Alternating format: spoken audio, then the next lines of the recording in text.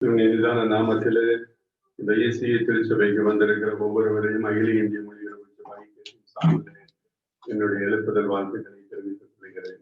आज की सुबह में आए हुए हर एक को हमारे संस्था की तरफ से आप सभी को यीशु के मधुर नाम में नमस्कार। கர்த்தராகிய இயேசு கிறிஸ்துவை இந்த நேரத்திலே நான் துதிக்கிறேன். தேவன் கொடுத்த இந்த வாய்ப்பிற்காக அவருக்கு நன்றி செலுத்துகிறேன். प्रभु यीशु मसीह का मैं दिल से धन्यवाद करता हूं कि आज की सुबह परमेश्वर ने मुझे ये अवसर दिया है। இந்த வாய்ப்பினை நல்கின இந்த திருச்சபையின் போதகர் அவர்களுக்கும் எல்லா உறுப்பினர்களுக்கும் இயேசுவின் நாமத்திலே வாழ்த்துக்களை தெரிவித்துக் கொள்கிறேன். मुझे ये मौका देने वाले कलीसिया के पासवान और सभी सदस्यों का मैं दिल से धन्यवाद करता हूं। Hallelujah hallelujah. தேவன் நம்மோடு பேசப் போகிறார். परमेश्वर हमसे बात करने जा रहे हैं। हालेलुया। எத்தனை பேர் எதிர்பார்ப்போடு வந்திருக்கிறீங்க? कितने लोग आज एक विश्वास के साथ में, एक उम्मीद के साथ में यहाँ पर आए हैं? हालेलुया। हालेलुया। 1972ஆம் ஆண்டில 1972 में என்னுடைய தகப்பனாரும் मेरे पिता doctor DGS Dhinakaran, doctor Jeevanandham அவர்கள் எல்லாம் சேர்ந்து முழுஇரவு ஜெபத்தை தமிழ்நாட்டிலே தொடங்கினார்கள். और उस समय मेरे पिता जो थे डॉक्टर डीजीएस दिनकरन और डॉक्टर जीवानंदम सबके साथ में मिलकर पूर्ण रात की जो प्रार्थना होती है उसको उन्होंने शुरू किया। என்னுடைய தகப்பனார் இந்த ஊழியத்தை முற்றிலும் கையில் எடுத்து எல்லா இந்தியாவினுடைய பல பட்டணங்கள், பல திருச்சபைகள், பல கிராமங்களிலே இந்த முழுஇரவு ஜெபத்தை கொண்டு சென்றார்கள். और उस समय मेरे पिता ने इसको पूरा एक दर्शन के रूप में अपने हाथ में लेकर जिम्मेदारी को पूरे भारत में हर कलीसियों में जाकर पूर्ण रात्रि काल की जो प्रार्थना होती है उसको उत्साहित करने के लिए उन्होंने कार्य को शुरू किया था। உங்களுடைய ஈசி தேவாலயங்கள், பல தேவாலயங்களிலும் இந்த முழுஇரவு ஜெபங்கள் நடந்து கொண்டிருக்கிறது. और आपके ईसीआई के भी कई कलीसियाओं में ये पूर्ण रात्रि काल की प्रार्थनाएं आज हो रही है। இங்க நடக்குதா என்று எனக்கு தெரியல. उत्तर भारत में ये होता है कि नहीं मालूम। இங்க நடந்திருந்தா 60 ஆண்டுகள்ல நிச்சயம் 600 குடும்பத்தை தேவன் கொடுத்திருப்பார். और अगर हुआ होता तो ये 60 साल में जरूर 600 परिवार आज यहाँ पर होते। ஹல்லேலூயா. ஹல்லேலூயா. வர நாட்கள்ல நீங்க என்ன செய்யணும்? முழுஇரவு ஜெபத்தை நிச்சயம் இந்த ஆலயத்துல, புது ஆலயத்துல தேவனுடைய மகிமைக்காக என்ன செய்யணும்? தொடங்கணும். और इन समय में मैं आपको उत्साहित करता हूँ कि नए भवन में जो है सभी मिलकर रात्रि काल की प्रार्थना को जरूर शुरू करें। அப்பொழுதுதான் பெரிய எழுப்புதலை இந்த போபால் பட்டணத்துல நம்ம பார்க்க और முடியும். तभी हम इस भोपाल शहर में जो है बड़ी जागृति को हम देख सकते हैं। இல்லை என்றால் अंधकार சக்திகளை நம்ம மேற்கொள்ள முடியாது. नहीं तो अंधकार की शक्तियों के ऊपर हम जो है प्रभावी नहीं हो पाएंगे। அநேக அழிந்து கொண்டிருக்கிற ஆத்துமாக்களை நம்ம மீட்க முடியாது. जो आज लोग नाश हो रहे हैं उनको हम बचा नहीं पाएंगे। தேவனாகிய கர்த்தர் உங்களை கொண்டு இந்த இந்த பட்டணத்துல பெரிய எழுப்புதலை கொண்டு வருவாராக. और आपके द्वारा परमेश्वर इस स्थान में, इस शहर में बड़ी जागृति को लाने पाए। தொடர்ந்து இந்த ஊழியங்கள் நடந்து கொண்டிருக்கிறது. और ये जो सेवा है वो लगातार हो रही है। வருடத்திற்கு 2 முறை ஒரு பெரிய ஜெப முகாம்கள் நாங்கள் நடத்துவோம். ஆயிரக்கணக்கான மக்கள் வருவார்கள். और साल में 2 बार जो है एक बड़ी रूप में जो है हम इस रात्रि काल की प्रार्थना को हम आयोजित करते हैं जिसमें हजारों लोग आकर शामिल भी होते हैं। ஒவ்வொரு மாதமும் 7 மணி நேர ஜெபங்கள், 12 மணி நேர ஜெபங்கள், சில சமயம் தொடர்ந்து 24 மணி நேர ஜெபங்கள், சில சமயங்கள் தொடர்ந்து 34 மணி நேர ஜெபங்கள் நாங்கள் நடத்துவது உண்டு. और हम जो है 7 घंटे, 12 घंटे, 21 घंटे, 34 घंटे करके लगातार जो है ये प्रार्थना का जो समय होता है हम ऐसे आयोजन भी हम करते हैं। தேவனாகிய கர்த்தர் கொடுத்த தரிசனத்தின்படி அழிந்து போகிற மக்களை எப்படியாவது மீட்டெடுக்க வேண்டும் என்ற ஒரு பாரத்தோடு நாங்கள் இயங்கிக் கொண்டிருக்கிறோம். और कैसे भी हो परमेश्वर की उस सेवा के लिए कि आत्माओं को बचाना है, इस बोझ के साथ हम इस प्रार्थना को हम कर रहे हैं। மற்ற ஊழியங்களுக்கும் இந்த ஊழியத்துக்கும் अनेक வித்தியாசங்கள் உண்டு. बाकी सेवकाइयों में और हम जो कर रहे हैं इस सेवा में जो है बहुत अंतर होता है। பலத்தினாலும் அல்ல, பராக்கிரமத்தினாலும் அல்ல, கர்த்தருடைய ஆவியினாலே ஆகும் என்று நாங்கள் விசுவாசிக்கிறோம். और हम विश्वास करते हैं कि ना तो बल से होगा ना शक्ति से होगा, केवल परमेश्वर की आत्मा के द्वारा होगा। கர்த்தருடைய பாதத்துல இரவும் பகலும் நாங்கள் ஒவ்வொரு நாளும் பல நாட்கள்ல கண்ணீர் வடித்து இந்த தேசத்தை எங்களுக்கு தாரும் என்று நாங்கள் கதறிக் கொண்டிருக்கிறோம். और हम प्रार्थना करते हैं रात और दिन आंसुओं के साथ में कि परमेश्वर हमारे देश को बचा ले, इस देश को उद्धार होने पाए। பல ஆண்டுகளாக நாங்கள் மிஷனரிகளை உத்தரப்பிரதேசம், ஜார்க்கண்ட் மற்றும் குஜராத் மாநிலங்களுக்கு அனுப்பி இருக்கிறோம். और कई सालों में हमने जो है उत्तर प्रदेश, झारखंड जैसे राज्यों में भी हमने अपने मिशनरियों को वहां पर भेजा है। எங்கள் ஐக்கியத்தின் மூலம் இப்படி ஒரு தமிழ் பத்திரிகையை நாங்கள் பிரசுரித்துக் கொண்டிருக்கிறோம் 40 ஆண்டுகளாக. और हमारी संगति के द्वारा जो है पिछले 40 सालों में लगातार ऐसी जो पत्रिका जो है हम हमेशा प्रकाशित करते हैं। இது இந்தியாவினுடைய வரைபடம் இதில் இருக்கும். और इसमें भारत का एक नक्शा हमेशा होता है। ஒரு மாநிலத்தை குறித்து தெளிவாக உள்ளே ஒரு பகுதி கொடுக்கப்பட்டிருக்கும். और हर राज्य के बारे में विशेष तौर से उस राज्य के बारे में पूर्ण जानकारी उसमें दी जाती है। 10 மாதத்துக்கு முன்பதாக மத்திய பிரதேசத்தை குறித்து அதை நான் எழுதி கொண்டு வந்தேன். और करीब 10 महीने के पहले मैं मध्य प्रदेश के बारे में वो जानकारियों को जो मैं लिख रहा था। இத்தனை ஆண்டுகளாகியும் 100% கூட கிறிஸ்தவர்கள் இல்லாத ஒரு மாநிலமாக இருக்கிறது என்று நான் மிகுந்த பாராட்டப்பட்டேன். और उस समय मेरा बहुत ही मन में बोझ इस बात का आया कि इतने सालों के बाद भी 1% भी विश्वासी आज हमारे मध्य प्रदेश में नहीं है। 3 தினமாக நான் இதை குறித்து தேவனிடத்தில் போராடி கொண்டிருந்தேன். और 3 दिन तक मैं लगातार इस विषय के लिए मैं प्रार्थना भी कर रहा था। ஏன் ஆண்டவரே 2000 ஆண்டுகளுக்கு முன்பதாக உம்முடைய சீஷர்களுக்கு வந்து ரத்தம் சிந்தினார்களே, ஏன் எங்களுடைய தேசம் இன்னும் இப்படிப்பட்ட அழிவிலை நோக்கி சென்று கொண்டிருக்கிறது என்று தேவனிடத்தில் பிரார்த்தித்தேன். और फिर मैंने ये प्रार्थना भी किया कि परमेश्वर 2000 साल हो चुके हैं सुसमाचार हमारे भारत में आकर, लेकिन आज तक ये क्यों हमारे देश की ऐसी दशा है। मैंने प्रार्थना किया। தேவன் ஒரு பெரிய தரிசனத்தை எனக்கு கொடுத்தார். तब परमेश्वर ने मुझे एक बड़ा दर्शन दिया। இந்த மாநிலத்தில் இருக்கக்கூடிய 412 தாலுகாலையும் 412 மிஷனரிகளை ஒரு 2 ஆண்டுகளுக்குள்ளாக அனுப்ப வேண்டும் என்ற ஒரு பெரிய தரிசனத்தோடு தான் இந்த இயக்கத்தில் நாங்கள் இப்பொழுது இந்த இடத்துல அடி எடுத்து வைத்திருக்கிறோம். और तब परमेश्वर ने ये हमको दर्शन दिया कि 412 जो तालुक है हमारे मध्य प्रदेश में, जिले 400 जिले बाबा 412 जो तालुक है हमारे मध्य प्रदेश में, हर तालुक में एक मिशनरी को भेजने के लिए परमेश्वर ने जो बोझ दिया है उसी को अभी हम करने के लिए यहाँ पर हमने पांव को रखा है। இனி எங்களுடைய ஐக்கியத்திலிருந்து வேற மாநிலத்தில் நாங்கள் எங்கேயும் கால் வைக்க வேண்டாம் என்று தேவனாகிய கர்த்தர் உறுதியாக சொல்லியிருக்கிறார். और परमेश्वर ने हमको बहुत ही स्पष्ट तरीके से कहा कि अब किसी और राज्यों को देखने की जरूरत नहीं, सिर्फ मध्य प्रदेश के लिए तुम्हें समर्पित होना है। இந்த மாநிலத்தில் தேவனுக்கு நம்ம ஆதாயப்படுத்த வேண்டும். ये जो राज्य है इसको परमेश्वर के लिए हमें जीतना आवश्यक है।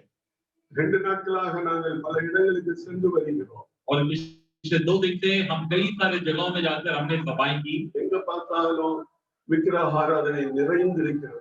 जहां भी हम देखते हैं हर जगह पर जो है लोग आज परमेश्वर से अनजान है, मूर्ति पूजा हो रही है। பலவானை முந்தி கட்டினால் ஒழிய அவனுடைய பட்டணங்களை கொள்ளையடிக்க முடியாது. और जब तक हम बलवान को नहीं बांधेंगे तब तक हम बाकी काम को नहीं कर पाएंगे। அதற்காகத்தான் நாங்கள் வந்திருக்கிறோம். इसीलिए हम यहाँ पर आए நிச்சயம் ஒரு பெரிய எழுப்புதலை நம்ம பார்க்க போகிறோம். इसलिए हम एक बहुत बड़ी जागृति को हम देखने जा रहे हैं। இதற்கு எடுத்துக்காட்டாக தான் இந்த ஆலயத்தினுடைய 60வது ஆண்டு விழாவை ஒரு பெரிய ஆலயமாக நீங்க மாற்றி இருக்கிறீர்கள். और उसका एक जो बात मैं देख रहा हूँ कि आपने 60 साल के इस परमेश्वर की सेवा को इतने बड़े भवन के रूप में आपने उसको तैयार भी किया है। எங்களுக்கு தமிழகத்துல, கேரளால, தென்னிந்தியால அநேக எங்களுடைய இயக்கத்தோடு இணைந்து இருக்கக்கூடிய ஜெபத்தலங்கள் உண்டு. और हमारे पास में दक्षिण भारत में केरला, तमिलनाडु और कई सारे दक्षिण राज्यों में बहुत सारे जो है प्रार्थना के योद्धा लोग जुड़े हुए हैं। ஜெபிக்கிற ஒரு பெரிய கூட்டங்கள் இருக்கிறது. हमारे पास बहुत ही सारे प्रार्थना करने के एक बड़ा झुंड है वहां पर। நிச்சயம் தேவனாகிய கர்த்தர் மத்திய பிரதேசத்தை நிச்சயம் அசைப்பார். और निश्चय परमेश्वर मध्य प्रदेश में एक बड़े जागृति बेदारी को देंगे। எத்தனை பேர் விசுவாசிக்கிறீங்க? ஹalleluya ஹalleluya. உங்களெல்லாம் தேவன் அதற்காகத்தான் வைத்திருக்கிறார். और इसी के लिए परमेश्वर ने आपको यहाँ रखा है। நிறைய பேர் அதனுடைய அர்த்தம் புரியல. कई लोगों को ये बात समझ में नहीं आई है। தேவனாகிய கர்த்தர் நம்மளுடைய தகப்பனை, நம்மளுடைய முற்பிதாக்களை இங்க அழைத்து வந்து இந்த இடத்துல வைத்திருக்கிறார் என்றால் தேவன் ஒரு பெரிய நோக்கத்துக்காக உங்களை அழைத்து और வந்திருக்கிறார். परमेश्वर ने क्यों हमारे पिताओं को हमको यहाँ पर क्यों भोपाल में लेकर आए, कई लोग आज तक उसको नहीं समझ पा रहे हैं। ஒருவேளை நம்ம தரிசனத்தை இழந்திருக்கலாம். हो सकता है शायद कुछ लोगों ने अपने दर्शन को खो दिया है, தேவன் மறுபடியும் உங்களை புதுப்பிக்க விரும்புகிறார். लेकिन परमेश्वर फिर से आपको जो है आज एक नवीनीकरण करना चाहता है, மறுபடியும் உங்களை அபிஷேகிக்க விரும்புகிறார். फिर से आपका अभिषेक करना चाहता है, அவருடைய சீஷராக்க விரும்புகிறார். आपको वो चेला बनाकर इस्तेमाल करना चाहता है। ஒரே ஒரு வாழ்க்கை தான். एक ही जीवन है हमारा, நல்லா புரிந்து கொள்ளுங்கள். अच्छे से समझ जाइए।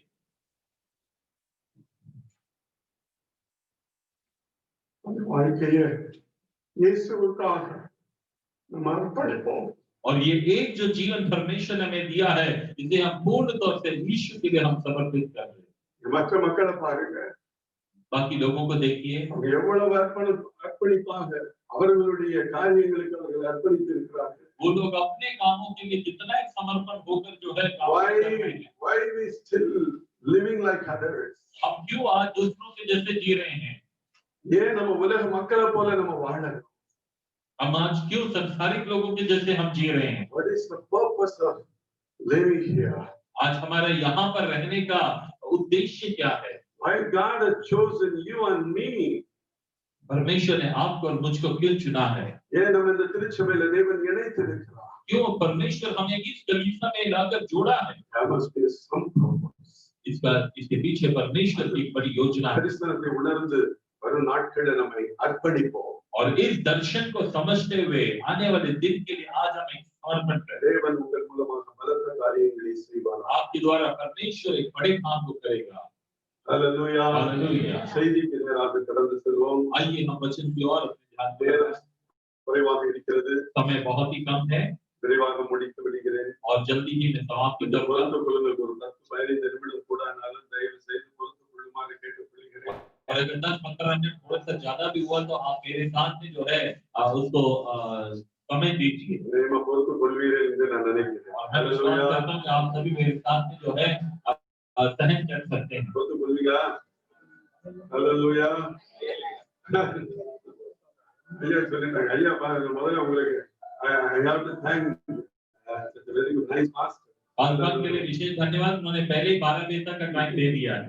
அபிஷேகம் நிறைந்த ஒரு பாரம் நிறைந்த ஒரு நல்ல ஒரு மகன தேவனாகிய கர்த்தர் கொடுத்திருக்கிறார். और परमेश्वर ने कितने अच्छे अभिषेक के साथ में, बोझ के साथ में जो प्रभु के जो सेवक है उनको प्रभु ने दिया है। 93ஆம் ஆண்டு நாங்கள் ஒட்டஞ்சத்திர பகுதியில நான் ஒரு வேலை பார்த்து கொண்டிருக்கிறேன். और 93 की बात है कि उस समय मैं ஒட்டஞ்சத்திர तमिलनाडु में एक जगह पर मैं काम कर रहा था। 93ஆம் வருடம் we invited Dr.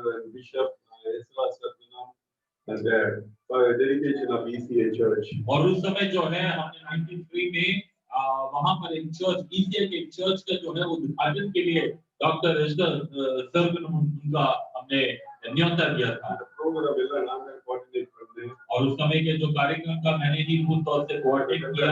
அது ஒரு பெரிய 300 பெட் ஹாஸ்பிடல் இருக்குது. और करीब 300 बेड वाला एक हॉस्पिटल भी है वहां। அது ஒரு பெரிய ஒரு 1000க்கும் அதிகமான நபர்களுக்கு அவர் செய்தி கொடுத்தாங்க. करीब 1000 से ज्यादा लोगों के लिए उन्होंने बहुत ही एक अच्छा संदेश दिया। 30 பேருக்கு ஞானஸ்நானம் கொடுத்தாங்க. 30 लोगों को उन्होंने बपतिस्मा दिया। ஹalleluya. हालेलुया। நாங்க சென்னையில இருக்கும்போது ரோமேட்ல இருக்கக்கூடிய சர்ச்ல தான் ECA சர்ச்ல தான் we were members of the church. और जब हम वहां पर क्रोमपेट नाम कर एक जगह में थे तो वहां पर ECA चर्च के ही हम भी एक सदस्य थे। அடுத்து எங்க கவுன்சிலர் மாறுதலாகி சிவகாசி வரும்போது அப்ப ECA இல்லாதனால we unite with the CSI. और तब हम वहां से जब शिवगाशी में हमारे पिता का ट्रांसफर हुआ तो फिर हम वहां पर ECA ना होने के कारण हम CSI चर्च में चले गए। தேவனை துதிக்கிறேன். और इसके लिए भी मैं परमेश्वर का धन्यवाद करता हूं। மறுபடியும் போபால் நாங்க வந்திருக்கிறதுனால எங்களுடைய எல்லா விதமான மூச்சு, எங்களுடைய தியாகம், எங்களுடைய எல்லா அர்ப்பணிப்பு, எங்களுடைய எல்லாம் இனி வந்து மத்திய பிரதேசத்தை நோக்கி இருக்கிறதுனால அடிக்கடி இங்க வருவோம். और क्योंकि अब हमारा जो पूरी हमारी जो धड़कनें हैं, जो हमारा पूरा उद्देश्य है वो मध्य प्रदेश के लिए है, इसीलिए हम बार-बार यहाँ पर मध्य प्रदेश में अब हम आने वाले हैं। அதே மாதிரி கூடிய விரைவில் உங்களோட நானும் ஒரு அங்கத்தினரா ஆனாலும் ஆவேன். और हो सकता है कि बड़ी जल्दी मैं यहीं पर आ जाऊं और आप ही के साथ में मैं एक सदस्य भी बन जाऊं। ஹalleluya. हालेलुया। உங்களெல்லாம் பார்க்கிறதுல ரொம்ப மகிழ்ச்சி அடைகிறேன். आप सबको देखकर मेरा दिल बहुत ही आनंदित है। தேவன் நம்மோடு பேசுவார். परमेश्वर हमसे बात करे। தடைக்கல்களை தேவனாகிய கர்த்தர் படிக்கல்களாக மாற்றுகிறார். और ठोकर खाने का जो पत्थर था उसको परमेश्वर ने जो है कदम रखने का पत्थर बना दिया। உங்களுடைய வாழ்க்கையில எப்படிப்பட்ட தடைக்கல் இருக்கிறதோ அதை ஆண்டவர் படிக்கல்களாக மாற்றி அதை நீங்கள் படிக்கல்ல ஏறி ஆசீர்வாதத்தை பெற்றுக்கொள்ள தேவன் அழைக்கிறார். आपके जीवन में हो सकता है कई सारे ऐसे ठोकर का पत्थर रहा हो, उसको परमेश्वर आपके कदम रखने वाला पत्थर बनाकर आपको और ऊंचाइयों पर लेकर जाएगा। 1 கொரிந்தியர் 1ஆம் அதிகாரம் 27, 28, 29 வசனங்களை வாசிக்கும் போது தெளிவாக தெரிகிறது. और वहां पर जब पहला कोरिन्थियों में हम जब पढ़ते हैं पहले अध्याय में तो बहुत स्पष्ट तरीके से लिखा है। தேவனாகிய கர்த்தர் அந்த இடத்துல ரொம்ப தெளிவாக சொல்லி இருக்கிறார். और परमेश्वर ने वहां पर हमें बहुत ही स्पष्ट तरीके से बताया है। அது 28ஆம் அதிகாரத்துல உள்ளவைகளை அவமாக்கும்படி தேவனாகிய கர்த்தர் இழிவானவைகளையும் அற்பமானவைகளையும் இல்லாதவைகளையும் தெரிந்து கொண்டார். और पहला कोरिन्थियों पहला अध्याय उसकी 28वें वचन से लिखा है, परमेश्वर ने जगत के नीचों और तुच्छों को वरन जो है भी नहीं उनको भी चुन लिया कि जो है व्यर्थ ठहरा दे। ஹல்லேலூயா हालेलुया ஹல்லேலூயா. हालेलुया। ஞானிகளை வெட்கப்படுத்தும்படி தேவனாகிய கர்த்தர் பைத்தியமானவர்களை தெரிந்து கொண்டார். और ज्ञानवानों को लज्जित करने के लिए परमेश्वर ने जगत की मूर्खों को चुन लिया करके लिखा है। பலவான்களை வெட்கப்படுத்தும்படி பலவீனமானவர்களை தெரிந்து கொண்டார். और जो है सामर्थ्य को लज्जित करने के लिए बहुत ही कमजोर लोगों को परमेश्वर ने चुना है। எதற்கு அப்படி தெரிந்து கொள்கிறார்? क्यों परमेश्वर इसे चुनता है? 29ஆம் வசனத்துல சொல்லப்பட்டிருக்கிறது, 29वें आयत में ऐसा लिखा है, யாரும் தன்னை உயர்த்தாதபடி யாரும் தன்னை பெருமை பாராட்டாதபடி அப்படி இருக்க வேண்டும் என்று தேவன் விரும்புகிறார். ताकि कोई भी प्राणी जो है परमेश्वर के सामने घमंड ना कर पाए, इसके लिए परमेश्वर ने इसे चुना है। தானியேல் புஸ்தகத்துல 4ஆம் அதிகாரத்துல நேபுகாத்நேச்சர் என்ற ஒரு பெரிய மன்னன் ஒருவர் இருக்கிறார். और दानियेल की किताब में 4थे अध्याय में नबूकदनेस्सर नाम का एक बहुत ही बड़ा एक राज्य के बारे में लिखा है। அவர் தனக்கென்று ஒரு அரண்மனையை பாபிலோன் தேசத்துல கட்டுகிறார். उसने अपने लिए जो था बाबिलोन देश में बहुत ही बड़ा महल को बनाया கட்டி முடிந்து வெளியே வந்து அதனுடைய அழகை ரசிக்கிறார். और बनाकर वो बाहर आकर जो है उसकी सुंदरता को देखकर उसमें आनंदित होता है। கைகளை உயர்த்தி சொல்லுகிறார், और वो अपने हाथों को उठाकर कहता है, என் பராக்கிரமத்தினால நான் கட்டின பாபிலோன் அரண்மனை அல்லவா என்று சொல்லுகிறார். और तब वो कहता है, देखो ये जो मैंने अपने हाथों से इस बाबिलोन को बनाया है कितना सुंदर है। அவர் சொல்லி முடிச்சோன தேவனுடைய வார்த்தை மேல இருந்து பரலோகத்திலிருந்து வருகிறது. और जैसे ही वो अपने शब्दों को खत्म करता है स्वर्ग से परमेश्वर நீ ஒரு உயர்த்தியா உன்னை நான் என்ன செய்ய போறேன், கீழே தள்ள போகிறேன் என்று அவர் தள்ளி ராஜ்ய பாரத்தை தள்ளுகிறார். और तब परमेश्वर ने नबूकदनेस्सर को कहा, क्योंकि तूने अपने आप को घमंड किया है इसलिए मैं तेरे को राज्य होने से हटाता हूं करके उसको हटा दिया। ஒரு ரகசியம் ஒன்று சொல்லுகிறேன், एक रहस्य की बात मैं बताना அநேகருடைய வாழ்க்கையில நான் பார்க்கிறேன், கிறிஸ்தவ குடும்பங்களுடைய வாழ்க்கையில நான் பார்க்கிறேன். और मैंने जो बहुत सारे मसीह परिवारों में जो एक मुख्य बात को जो देखा है वो बता रहा हूँ। அவங்க வெளியே சில இடங்கள் தான் தேவனுக்கு கொடுக்க வேண்டிய மகிமையை கொடுக்கிறார்கள். वो बाहर के जगह पर बाहर जहां भी जाते हैं वो कुछ जगह पर ही परमेश्वर को महिमा देते हैं, ஆனா மற்றவர்களோடு பேசும்போது தேவனுக்கு அவர்கள் மகிமை செலுத்துவதில்லை. लेकिन बाकी लोगों के सामने जब वो बात करते हैं वो परमेश्वर को महिमा नहीं देते। நேபுகாத்நேச்சார் இடத்திலிருந்து தேவனிடத்தில் தேவனுடைய இருதயத்தை நாம் புரிந்து கொள்ள வேண்டும். और नबूकदनेस्सर के ऊपर जो परमेश्वर का जो दिल था उसको हम जानना आवश्यक है। என்னுடைய பிள்ளைக்கு நான் 100 பவுன் போட்டு கட்டி கொடுத்தேன். मैंने अपनी बेटी को जो है 100 पाउंड डालकर मैंने उसकी शादी करवाई कहते நான் हैं। 3 பெட்ரூம் வைத்து பெரிய 4 பெட்ரூம் வைத்து பெரிய வீடு கட்டி இருக்கிறேன். मैंने 4 बेडरूम का बड़ा घर बना लिया करके हम बोलते हैं। 25 லட்சத்துக்கு கார் வாங்கி இருக்கிறேன். 25 लाख की मैंने गाड़ी खरीद ली हम बोलते हैं। என் பையன் ஐஐடில படித்திருக்கிறான். मेरा बेटा आईआईटी में पढ़ता है करके हम बोलते हैं। என் பிள்ளை ஜிப்மர்ல படித்துக் கொண்டிருக்கிறான், மெடிசின் படித்துக் கொண்டிருக்கிறான். मेरी बेटी जो है यहाँ पर पढ़ रही है करके मेडिसिन के बारे में बताते हैं। என் பிள்ளை அமெரிக்கால உயர்ந்த இடத்துல இருக்கிறான். मेरा बेटा जो है अमेरिका में बहुत ऊंचे स्थान पर இப்படி है। அநேகர் சொல்ல கேட்டிருக்கிறோம். मैंने ऐसे कई लोगों से कहता हुआ हमने सुना है। Miracle change your attitude. और यहाँ से आज के दिन से अपने चरित्र को जो है बदलना ஒரே शुरू ஒரு करें। வார்த்தை தான் சேர்க்கணும். केवल एक बात बोलना आवश्यक है, கர்த்தருடைய கிருபையினால परमेश्वर के अनुग्रह நான் के இந்த द्वारा வீடை கட்டினேன். मैंने एक घर को बनाया है। சகோதரி இப்ப வீடு கட்டியிருக்காங்க, கர்த்தருடைய கிருபையில நான் கட்டினேன்.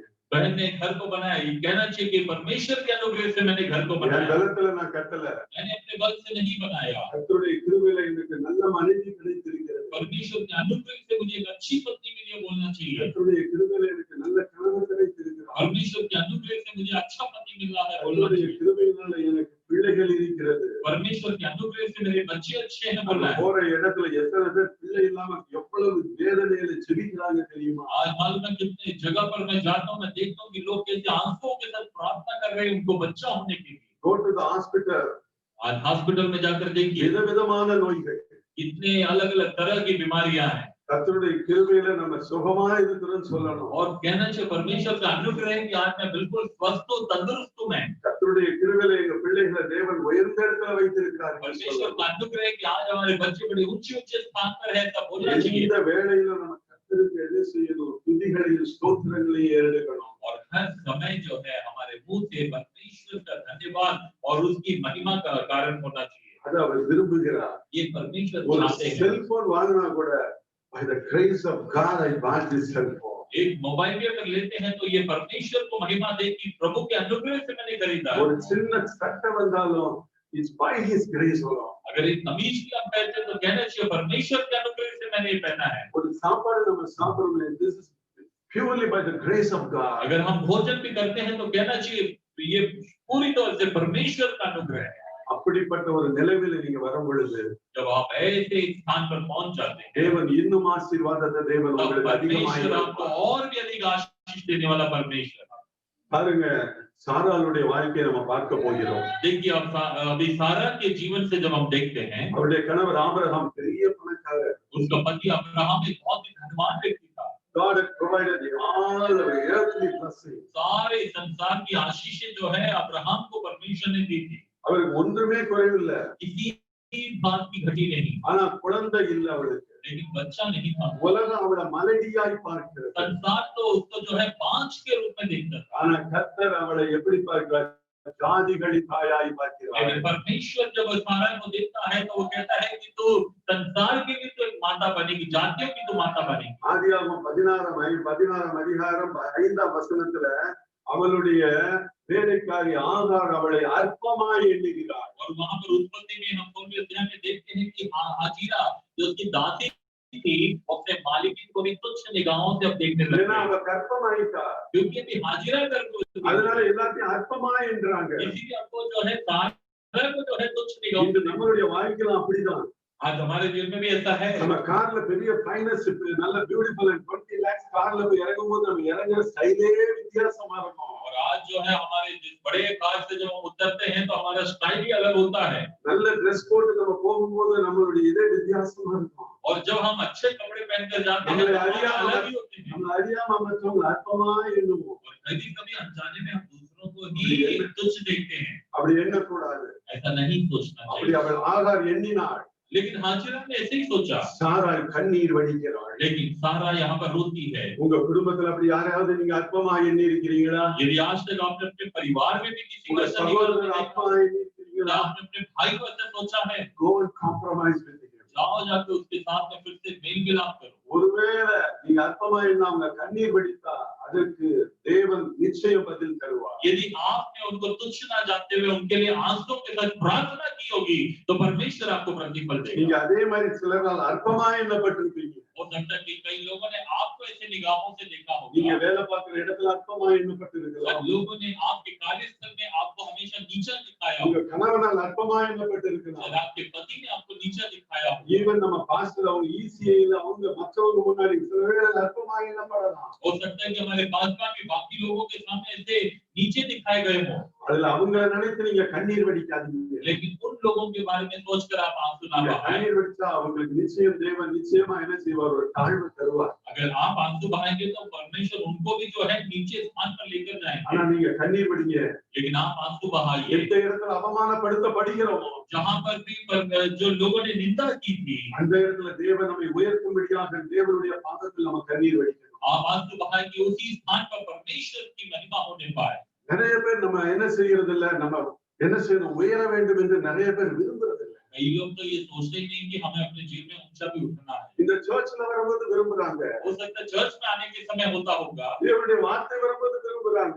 वचन जब आता है तब सोचते हैं। ஆனா யாக்கோபை போல பிடித்து என்னை ஆசீர்வதித்தால் வழியே உம்மை நாங்கள் போக விடோம் என்று அவரிடத்துல போராடுவதில்லை. लेकिन याकूब के समान जैसे नहीं प्रार्थना करते कि जब तक तू मुझे आशीष नहीं देगा मैं तुझे नहीं छोड़ूंगा, ऐसी प्रार्थना नहीं करते। கர்த்தர் ஆபிரகாமுக்கு ஒரு ஆசீர்வாதத்தை கொடுத்தார். परमेश्वर ने अब्राहम को एक आशीष दिया। நீ अनेகருக்கு ஆசீர்வாதமாக இருப்பாய். तो बहुतों के लिए आशीष का कारण होगा। தேவன் அவரை ஆசீர்வதிப்பது மட்டுமல்ல, अनेகருக்கு ஆசீர்வாதமாக இருப்பாய். केवल अब्राहम को ही आशीष नहीं दी, कहा तेरे द्वारा लोग भी आशीषित நம்ம होंगे। யார்?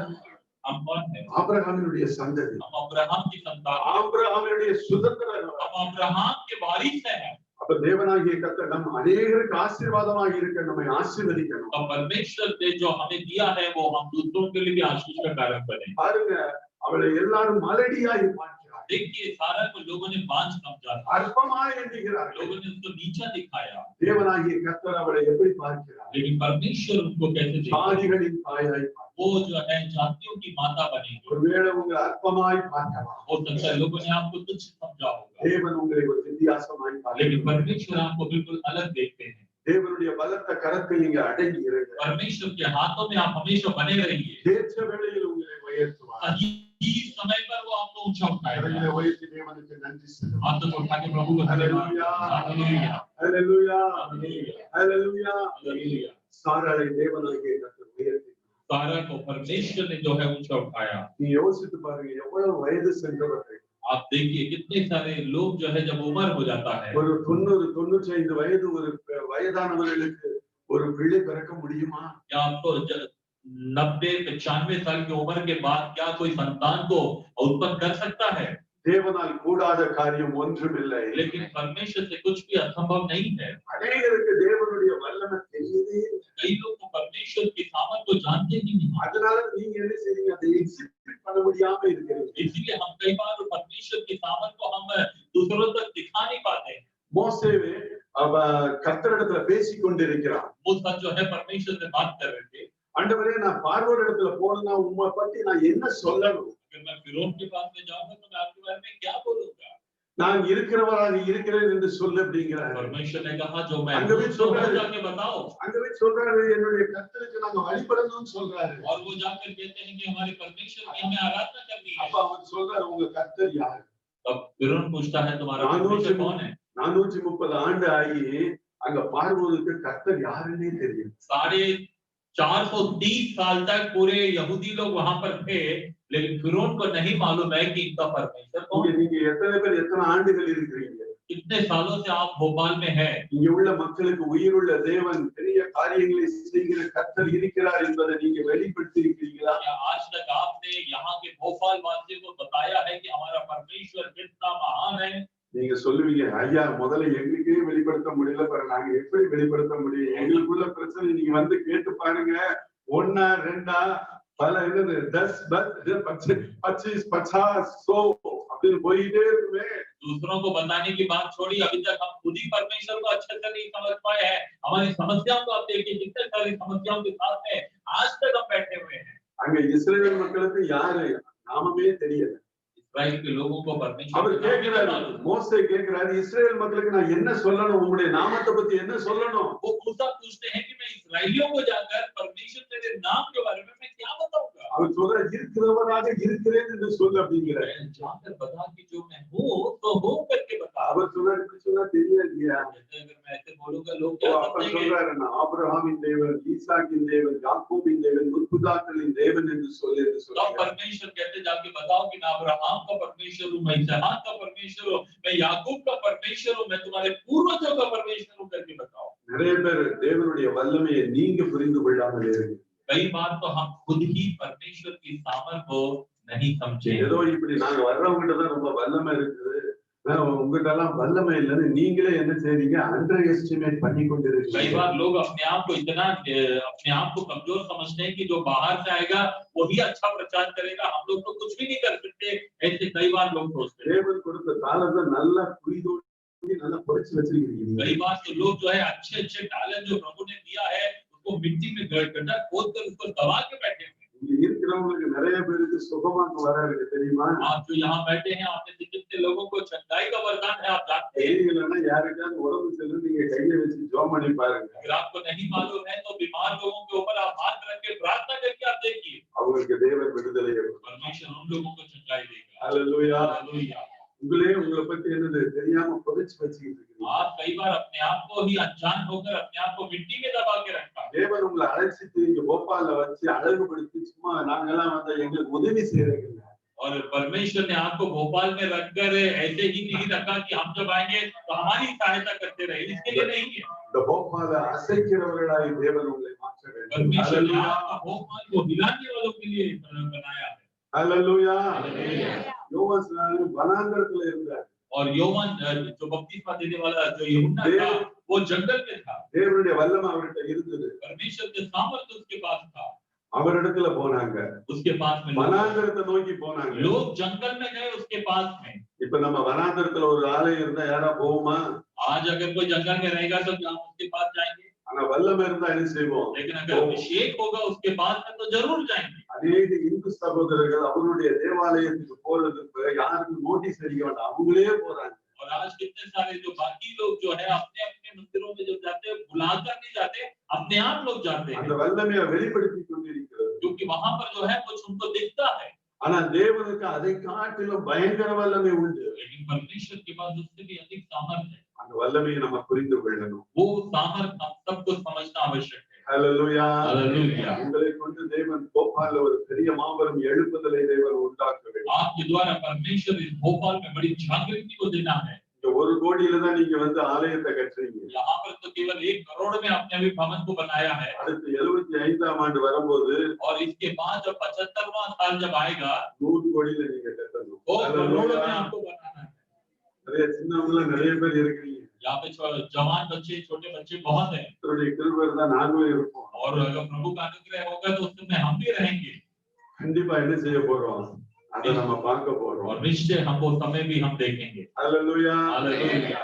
நான் நிறைய பேர் பார்த்திருக்கிறேன். मैंने कई लोगों को देखा है, நிறைய ஊழியத்துக்கு வந்து கொடுப்பாங்க. कई लोग सेवकाई के लिए बहुत देते हैं, பெரிய ஊழியர் வந்து அங்க வந்து செய்வாங்க 1 லட்சம் கொடுப்பாங்க, और बड़े सेवक जब आते हैं तो वो 1 लाख देंगे, 2 लाख देंगे, 2 லட்சம் கொடுப்பாங்க. 2 लाख देंगे। ஆனா நம்மளுடைய ஆலயம் வந்து அப்படி பேசாம இருக்கு. लेकिन अपनी जब कलीसिया की बात होगी तो चुपचाप बैठ जाता है। I appeal to each and every one of us. मैं आज की सुबह जो है आप सभी से इस बात की घोषणा करता நம்ம हूँ, வந்து பாடுறோம், அன்பு கூறுவேன் இன்னும் அதிகமாய் ஆராதிப்பேன் இன்னும் ஆழமாய். அந்த பாட்டு பாடுறோம்ல, और जब हम इस गीत को गाते हैं कि प्रभु मैं और अधिक प्यार करूंगा और चाहूंगा तुझे, நம்ம எப்படி अன்பு கூறுறோம்? कैसे हम प्यार करते हैं।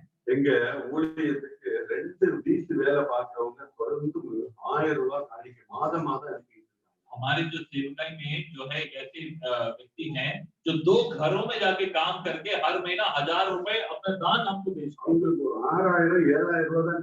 उनको केवल 6000 7000 ही उनको महीने की जो है उनको कमाई है, ஆனா 1000 ரூபாய் அவங்க மாதம் மாதம் அனுப்பி கொண்டிருக்காங்க. लेकिन हर महीने वो 1000 रुपए अपना भेंट भेजते हैं। பல ஆண்டுகளா அனுப்புறாங்க. कई सालों से वो भेज रहे हैं। நீங்க உங்க பிள்ளைங்க திருமணத்துக்கு பேங்க்ல லோன் எடுத்திருப்பீங்க.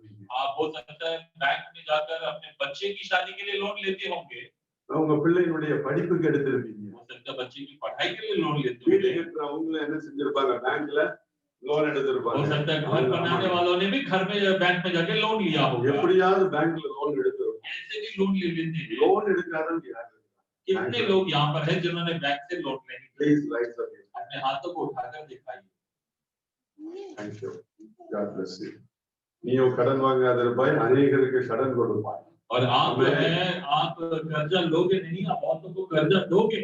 இப்ப யாருக்கு கடன் கொடுக்க போறோம்? கர்த்தருக்கு கடன் கொடுக்க போறோம். और हम किसको कर्जा देने वाले हैं? हम परमेश्वर को कर्जा देने वाले கர்த்தர் हैं। ஒரு நாளும் அவரை கடனாளியா அவர் வைக்க மாட்டார். और परमेश्वर कभी भी अपने आप को कर्जदार बनाकर नहीं रखेगा। அதனால அவர் என்ன செய்வாரு? உங்களுக்கு உடனே திருப்பி கொடுத்துருவாரு. इसीलिए वो फटाफट जो है परमेश्वर आपके जो कुछ दिया है वो आपको वापस देते हैं। அதனால I appeal to each and every one of us. इसीलिए मैं आप में से प्रत्येक को जो है इस बात की बताता हूँ, கடவுள் உங்களுடைய இருதயத்தினுடைய கதவுகளை உடைப்பாராக. परमेश्वर आपके हृदय के दरवाजों को आज की सुबह तोड़ने पाए। This is a greatest opportunity to show our love to God. Jesus. और ये जो है आज एक बहुत ही बड़ा अच्छा समय है कि आप अपने प्रेम को परमेश्वर के प्रति दिखा सकते हैं। Why not you avail a personal loan at least 1 lakh or 50,000 or 25,000 or 2 lakhs to contribute for the construction of this church?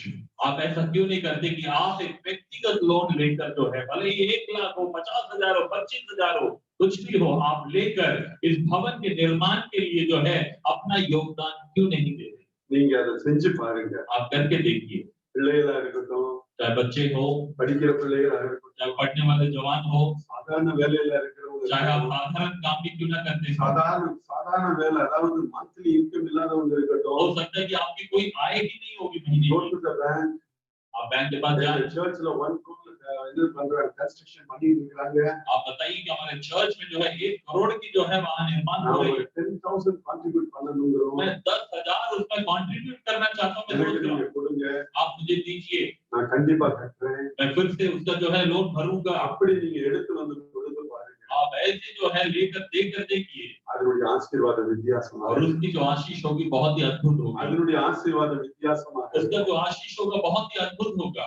அதை ருசித்தவர்கள் அநேகர் இடத்துல சொல்லி இருக்கிறார்கள். और कई लोग जिन्होंने ऐसी आशीषों को चखा है, उन्होंने कई गवाहियां दी है। அவங்க ஆசீர்வதிக்கப்பட்ட என் சொந்த கண்கள்ல நம்ம और उन लोगों को आशीषित होते हुए मैंने अपनी आंखों से भी देखा है। 100 மடங்கு 1000 மடங்கு தேவன் ஆசீர்வதித்தார். 100 गुना नहीं, 1000 गुना भी परमेश्वर ने उन्हें आशीषित किया। அப்படி ஆசீர்வதித்தாதான் ऐसी आशीष जब मिलती है, அடுத்து நீங்க 100 கோடியில ப்ராஜெக்ட் பண்ணலாம். तभी हम जो है अगला जो भवन होगा वो 100 करोड़ का बना पाएंगे। எங்களை விட்டா போதும், हमें छोड़ ஜனங்களை दीजिए, விட்டா போதும் छोड़ दीजिए, அப்படி நீங்க நினைக்காதீங்க. ऐसा मत सोचिए।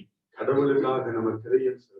परमेश्वर के लिए हम उसका काम करें। அவர் தன்னுடைய ரத்தத்தையே சிந்தினார். उन्होंने अपना अपना लहू बहा दिया है, அப்படியே சபை उन्होंने अपना पूरा मांस दे दिया, அப்படியே விளக்கப்பட்டது. पूरा वहां पर काट के दे दिया। நம்மள பரலோகத்துல கொண்டு சேர்ப்பதற்காக அவர் எல்லா பாடுகளையும் அனுபவிச்சாரு. हम सबको स्वर्ग ले जाने के लिए ही तो उन्होंने इतना कुछ मेहनत ஒரு किया। சின்ன ஒரு பிள்ளை. அதுக்கு நம்ம எதுக்கு நம்ம தயங்கணும்? एक छोटा सा हमारा सहयोग है, उसके लिए हम क्यों पीछे हटते हैं? ஒரு சீக்கிரட் என்னன்னா, நீங்க எவ்வளவு பண்றீங்களோ அது பன்மடங்கு தேவனாகிய கர்த்தர் உங்களுக்கு கொடுப்பார். और एक बहुत ही बड़ी रहस्य की बात है, आप जितना भी आप करोगे उससे बढ़कर परमेश्वर आपके वापस जीवन में करेंगे। அல்லேலூயா. हालेलुया। பாருங்க, சாராள் தடைக்கல், அவளுக்கு என்ன தடைக்கல்னா, அதாவது மலடியாய் இருக்கிறவள தேவனாகிய கர்த்தர் ஜாதிகளின் தாயாக உயர்த்துகிறார். देखिए वहां पे सारा के जीवन में हम देखते हैं कि जिसको जो बांस थी उसे जातियों का जो है माता के रूप में परमेश्वर ने बताया। இரண்டாவது தாவீதை குறித்து நம்ம பார்க்க போறோம். अगला जो है हम दाऊद के बारे में पढ़ते हैं। சங்கீதம் 51:5 வசனத்துல இவர் இவ்வாறாக சொல்லுகிறார். और भजन संहिता 51 के 5 में इस प्रकार से वो कहते हैं, என் தாய் என்னை கற்பத்துல எப்படி உருவாக்கினார், பாவத்திலே நான் கற்பம் தரித்தேன் என்று சொல்லுகிறார். और वो कहते हैं कि जो गर्भ से ही मैं पाप में गिरा हुआ था। நிறைய பேருக்கு அது தெரியாது. कई लोग इसको नहीं समझते हैं। தேவன் நம்மை பரிசுத்த ஜாதியாய் பார்க்கிறார். परमेश्वर तो हमें पवित्र जाति के रूप में देखते हैं। நமக்கு பிறக்கும் குழந்தைகள் பரிசுத்தமான குழந்தைகள். हमारे जो बच्चे पैदा होते हैं वो भी सब पवित्र होते हैं। ஆனால் இந்த இடத்துல அவர் சொல்லுகிறார், என் தாய் என்னை பாவத்துல கற்பம் தரித்தார். लेकिन फिर भी दाऊद कहता है कि पाप के साथ मैं अपनी माता के गर्भ में पड़ा था। இது ஒரு பெரிய கதை. ये बहुत बड़ी कहानी है, எனக்கு டைம் இல்ல. मेरे पास समय नहीं है। Time permits. अगर அடுத்த தடவை நான் வருவேன்னா இந்த தாவீதை பத்தி சொல்றேன். பயங்கரமா இருக்கும். और मेरे पास में जब अगली बार जब मैं आऊंगा तो मैं इसके बारे में विस्तार से बताऊंगा। சங்கீதம் 69:8 வசனத்துல அவர் சொல்லுகிறார், और भजन संहिता 69 के 8वीं आयत में लिखा है, என் சகோதரருக்கு என் தாயின் பிள்ளைகளுக்கு நான் எப்படி இருந்தேன், அயலானாய் மாறினேன். कि मैं अपने भाइयों के सामने अजनबी हुआ करके वो कहता है। சொந்த சகோதரர்கள் அவர்களை வெறுக்கிறார்கள். उनके सगे भाइयों ने उसको जो है मतलब तुच्छ जाना, उसको परदेशी जाना। அவங்க தகப்பன் ஜெசி ஈசாய் அவரை வெறுக்கிறார். और उनका जो पिता जो ईशे था वो खुद जो है उसको उससे मन नहीं लगता था। அவங்க தாயும் அவங்களை வெறுக்கிறாங்க. माँ ने भी ऐसे किया। இது ஒரு பெரிய ஹிஸ்டரி. इसके पीछे की इतिहास है அது தெளிவாக நம்மளுடைய வேதாகமத்தில் சொல்லப்படவில்லை. और बाइबल में उस इतिहास को जो है विस्तार से नहीं लिखा गया। ஆனா யூதருடைய தோரால அது சொல்லப்பட்டிருக்கிறது. लेकिन यहूदियों का जो तोरा लिखा है उसमें दाऊद के इतिहास के बारे में लिखा है। தாவீதுடைய தாத்தாவுடைய அப்பாவா போவாஸ் ஒரு பெரிய பணக்காரன். और दाऊद के जो परदादा जो बोअज थे वो बहुत ही बड़े धनवान थे। பெத்லகேமிலே ஒரு பெரிய richest man. और बethलेहम में बहुत ही बड़े धनवान थे बोआज। அவருடைய பேரன் தான் தாவீதுடைய தகப்பன் ஈசாய். और उनका जो पोता था वही है दाऊद का पिता जो ईशे है। இவன் எதுக்கு ஆடுகளை மேய்க்க போகணும்? अब इनको जो है क्यों बकरी चराने की जरूरत है। சாமுவேல் தீர்க்கதரிசி வீட்டுக்கு வருகிறார். और शामुएल भविष्यवक्ता जब घर में आता है, அவர் இப்ப நம்ம இந்திய தேசத்தின் பிரசிடென்ட் மாதிரி அந்த நாட்கள்ல இஸ்ரவேல் தேசத்துல. और आप ऐसा सोच सकते हैं कि जैसे आज हमारे देश के जो प्रधानमंत्री होते हैं वैसे इस्राएल के लिए उस समय का भविष्यवक्ता था शामुएल। எல்லாரும் வந்திருக்காங்க. सब लोग वहां पर थे, ஆனா அந்த இடத்துல தாவீது இல்லை. लेकिन उस स्थान पर दाऊद दाऊद नहीं था। தேவனாகிய கர்த்தர் சொல்கிறார், நான் ஒருவரை தெரிந்து கொண்டேன், ஈசாயின் மகனை தெரிந்து கொண்டேன் என்று தான் சொன்னார். और वो ये परमेश्वर ने शामुएल को बस इतना ही कहा था कि ईशे का एक बेटे को मैंने चुना है। அவரை அபிஷேகம் பண்ண தேவனாகிய கர்த்தர் சாமுவேலை அனுப்பி இருக்கிறார். और उसको अभिषेक करने के लिए परमेश्वर ने शामुएल भविष्यवक्ता को भेजा। சாமுவேல் ஒவ்வொருவராய் பார்க்கிறார். और शामुएल एक-एक को देखते हैं। இப்ப தேவன் சொல்கிறார், तो परमेश्वर कहते हैं, நீ சரீர வளர்ச்சியை பார்க்கிறாய், तुम तो केवल शरीर के दिल डोल को तुम देख रहे हो, நான் இருதயத்தை பார்க்கிறேன். लेकिन मैं मन को देख रहा हूँ। ஹல்லேலூயா. हालेलुया। நம்முடைய கர்த்தர் இருதயத்தை பார்க்கிறார். हमारा परमेश्वर हृदय को देखने वाला परमेश्वर है। அப்போ அவர் கேட்கிறார், வேற யாரும் பிள்ளைகள் உண்டா என்று கேட்கிறார். तो वो शामुएल ईशे से पूछते हैं, क्या और भी कोई बच्चे हैं? ஆமா, ஒருவன் இருக்கிறார். हाँ, एक और है। அவன் ஆடுகளை மேய்ச்சிட்டு. वो जो है बकरे को चराता है। யோசித்து பாருங்க, आप सोच के देखिए, தந்தையினால தாயினால வெறுக்கப்பட்டார். वो अपने पिता के द्वारा, अपने भाइयों के द्वारा जो है नकारा गया हुआ दाऊद था। அவங்க எல்லாம் குடும்பமாக எருசலேமுக்கு போய் பலி செலுத்தணும், வருஷத்துக்கு ஒரு பலி செலுத்தணும். और वो सभी यरूशलेम जो है पूरा परिवार एक साथ में जाकर एक बलिदान चढ़ाने की एक रीति थी। எல்லாருக்கும் இந்த ஈசாய் பலி செலுத்துவார். और हर एक के लिए जो है ये ईसा जो थे जाके बलिदान चढ़ाते थे। தாவீதுக்கு பலி செலுத்த மாட்டார். लेकिन कभी भी दाऊद के लिए वो बलिदान नहीं देते थे। தாவீது நொறுக்கப்படுவான். दाऊद हमेशा वो उसके लिए वो टूट जाता था। அவன் எல்லாம் அவங்களோட கூட அழைத்துட்டு போக மாட்டாரு. और कभी भी उसको वो साथ में नहीं लेकर जाते थे। ஒரு 500 மீட்டர் பின்னாடி தான் அழுது கொண்டே வருவான். और दाऊद हमेशा पीछे 500 मीटर पीछे रोते हुए ही आते थे। சிறு வயதில இருந்து அவனுக்கு அவ்வளவு நெருக்கம். छोटी सी उम्र में ही कितना उसके जीवन में कठिनाइयां थी। அதனால அவர் சொல்லுகிறார், 51ஆம் அதிகாரம் 8 அல்லது 9 வசனங்கள் நினைக்கிறேன், தேவனுக்கு ஏற்கும் பலிகள் நொறுங்குண்ட ஆவிதான், தேவனே நொறுங்குண்டதும் நடுங்குண்டதுமான மனதை நீர் என்ன செய்ய மாட்டீர், புறக்கணிக்க மாட்டீர். इसीलिए वहां पर दाऊद अपने भजन में इस प्रकार से लिखते कि हे परमेश्वर, तू जो है टूटा हुआ मन जो है तेरे को पसंद है और तू कभी भी उसको इनकार नहीं करता। உங்களுக்கு நான் இன்னொரு ரகசியத்தை சொல்லித்தரேன். एक और रहस्य की बात बता दूं, உங்களுக்கு என்ன பிரச்சனை இருந்தாலும் நீங்க யார்கிட்டயும் சொல்லாதீங்க. जब भी आपके जीवन में कुछ समस्या होती है आप किसी को मत बताइए। உங்க வீட்ல போய் ஒரு பிரேயர் ரூம்ல நீங்க உட்காருங்க. आप अपने घर के जो प्रार्थना का जो कमरा होता है उसमें जाकर आप बैठिए। என்ன பிரச்சனையா இருந்தாலும் சரி, कोई भी समस्या क्यों ना हो, உடைக்கப்பட்ட உள்ளத்தோடு टूटे हुए मन के साथ में அவருடைய சமூகத்துல நீங்க அழுது காத்திருங்க. उसके उपस्थिति में जाकर आप आंसू बहा के प्रार्थना करिए। அவர் நிச்சயம் பதில் தருவார். और निश्चय आपकी प्रार्थना को उत्तर देगा। அந்தரங்கத்துல நீங்க பண்ணுகிற அந்த பிரார்த்தனைக்கு जो गुप्त में आप प्रार्थना को करते हैं, தேவன் வெளியரங்கமாய் பதில் கொடுப்பார். परमेश्वर उसे सबके सामने आपको प्रतिफल देंगे। எல்லாரும் இவரை இழிவாக நினைச்சாங்க.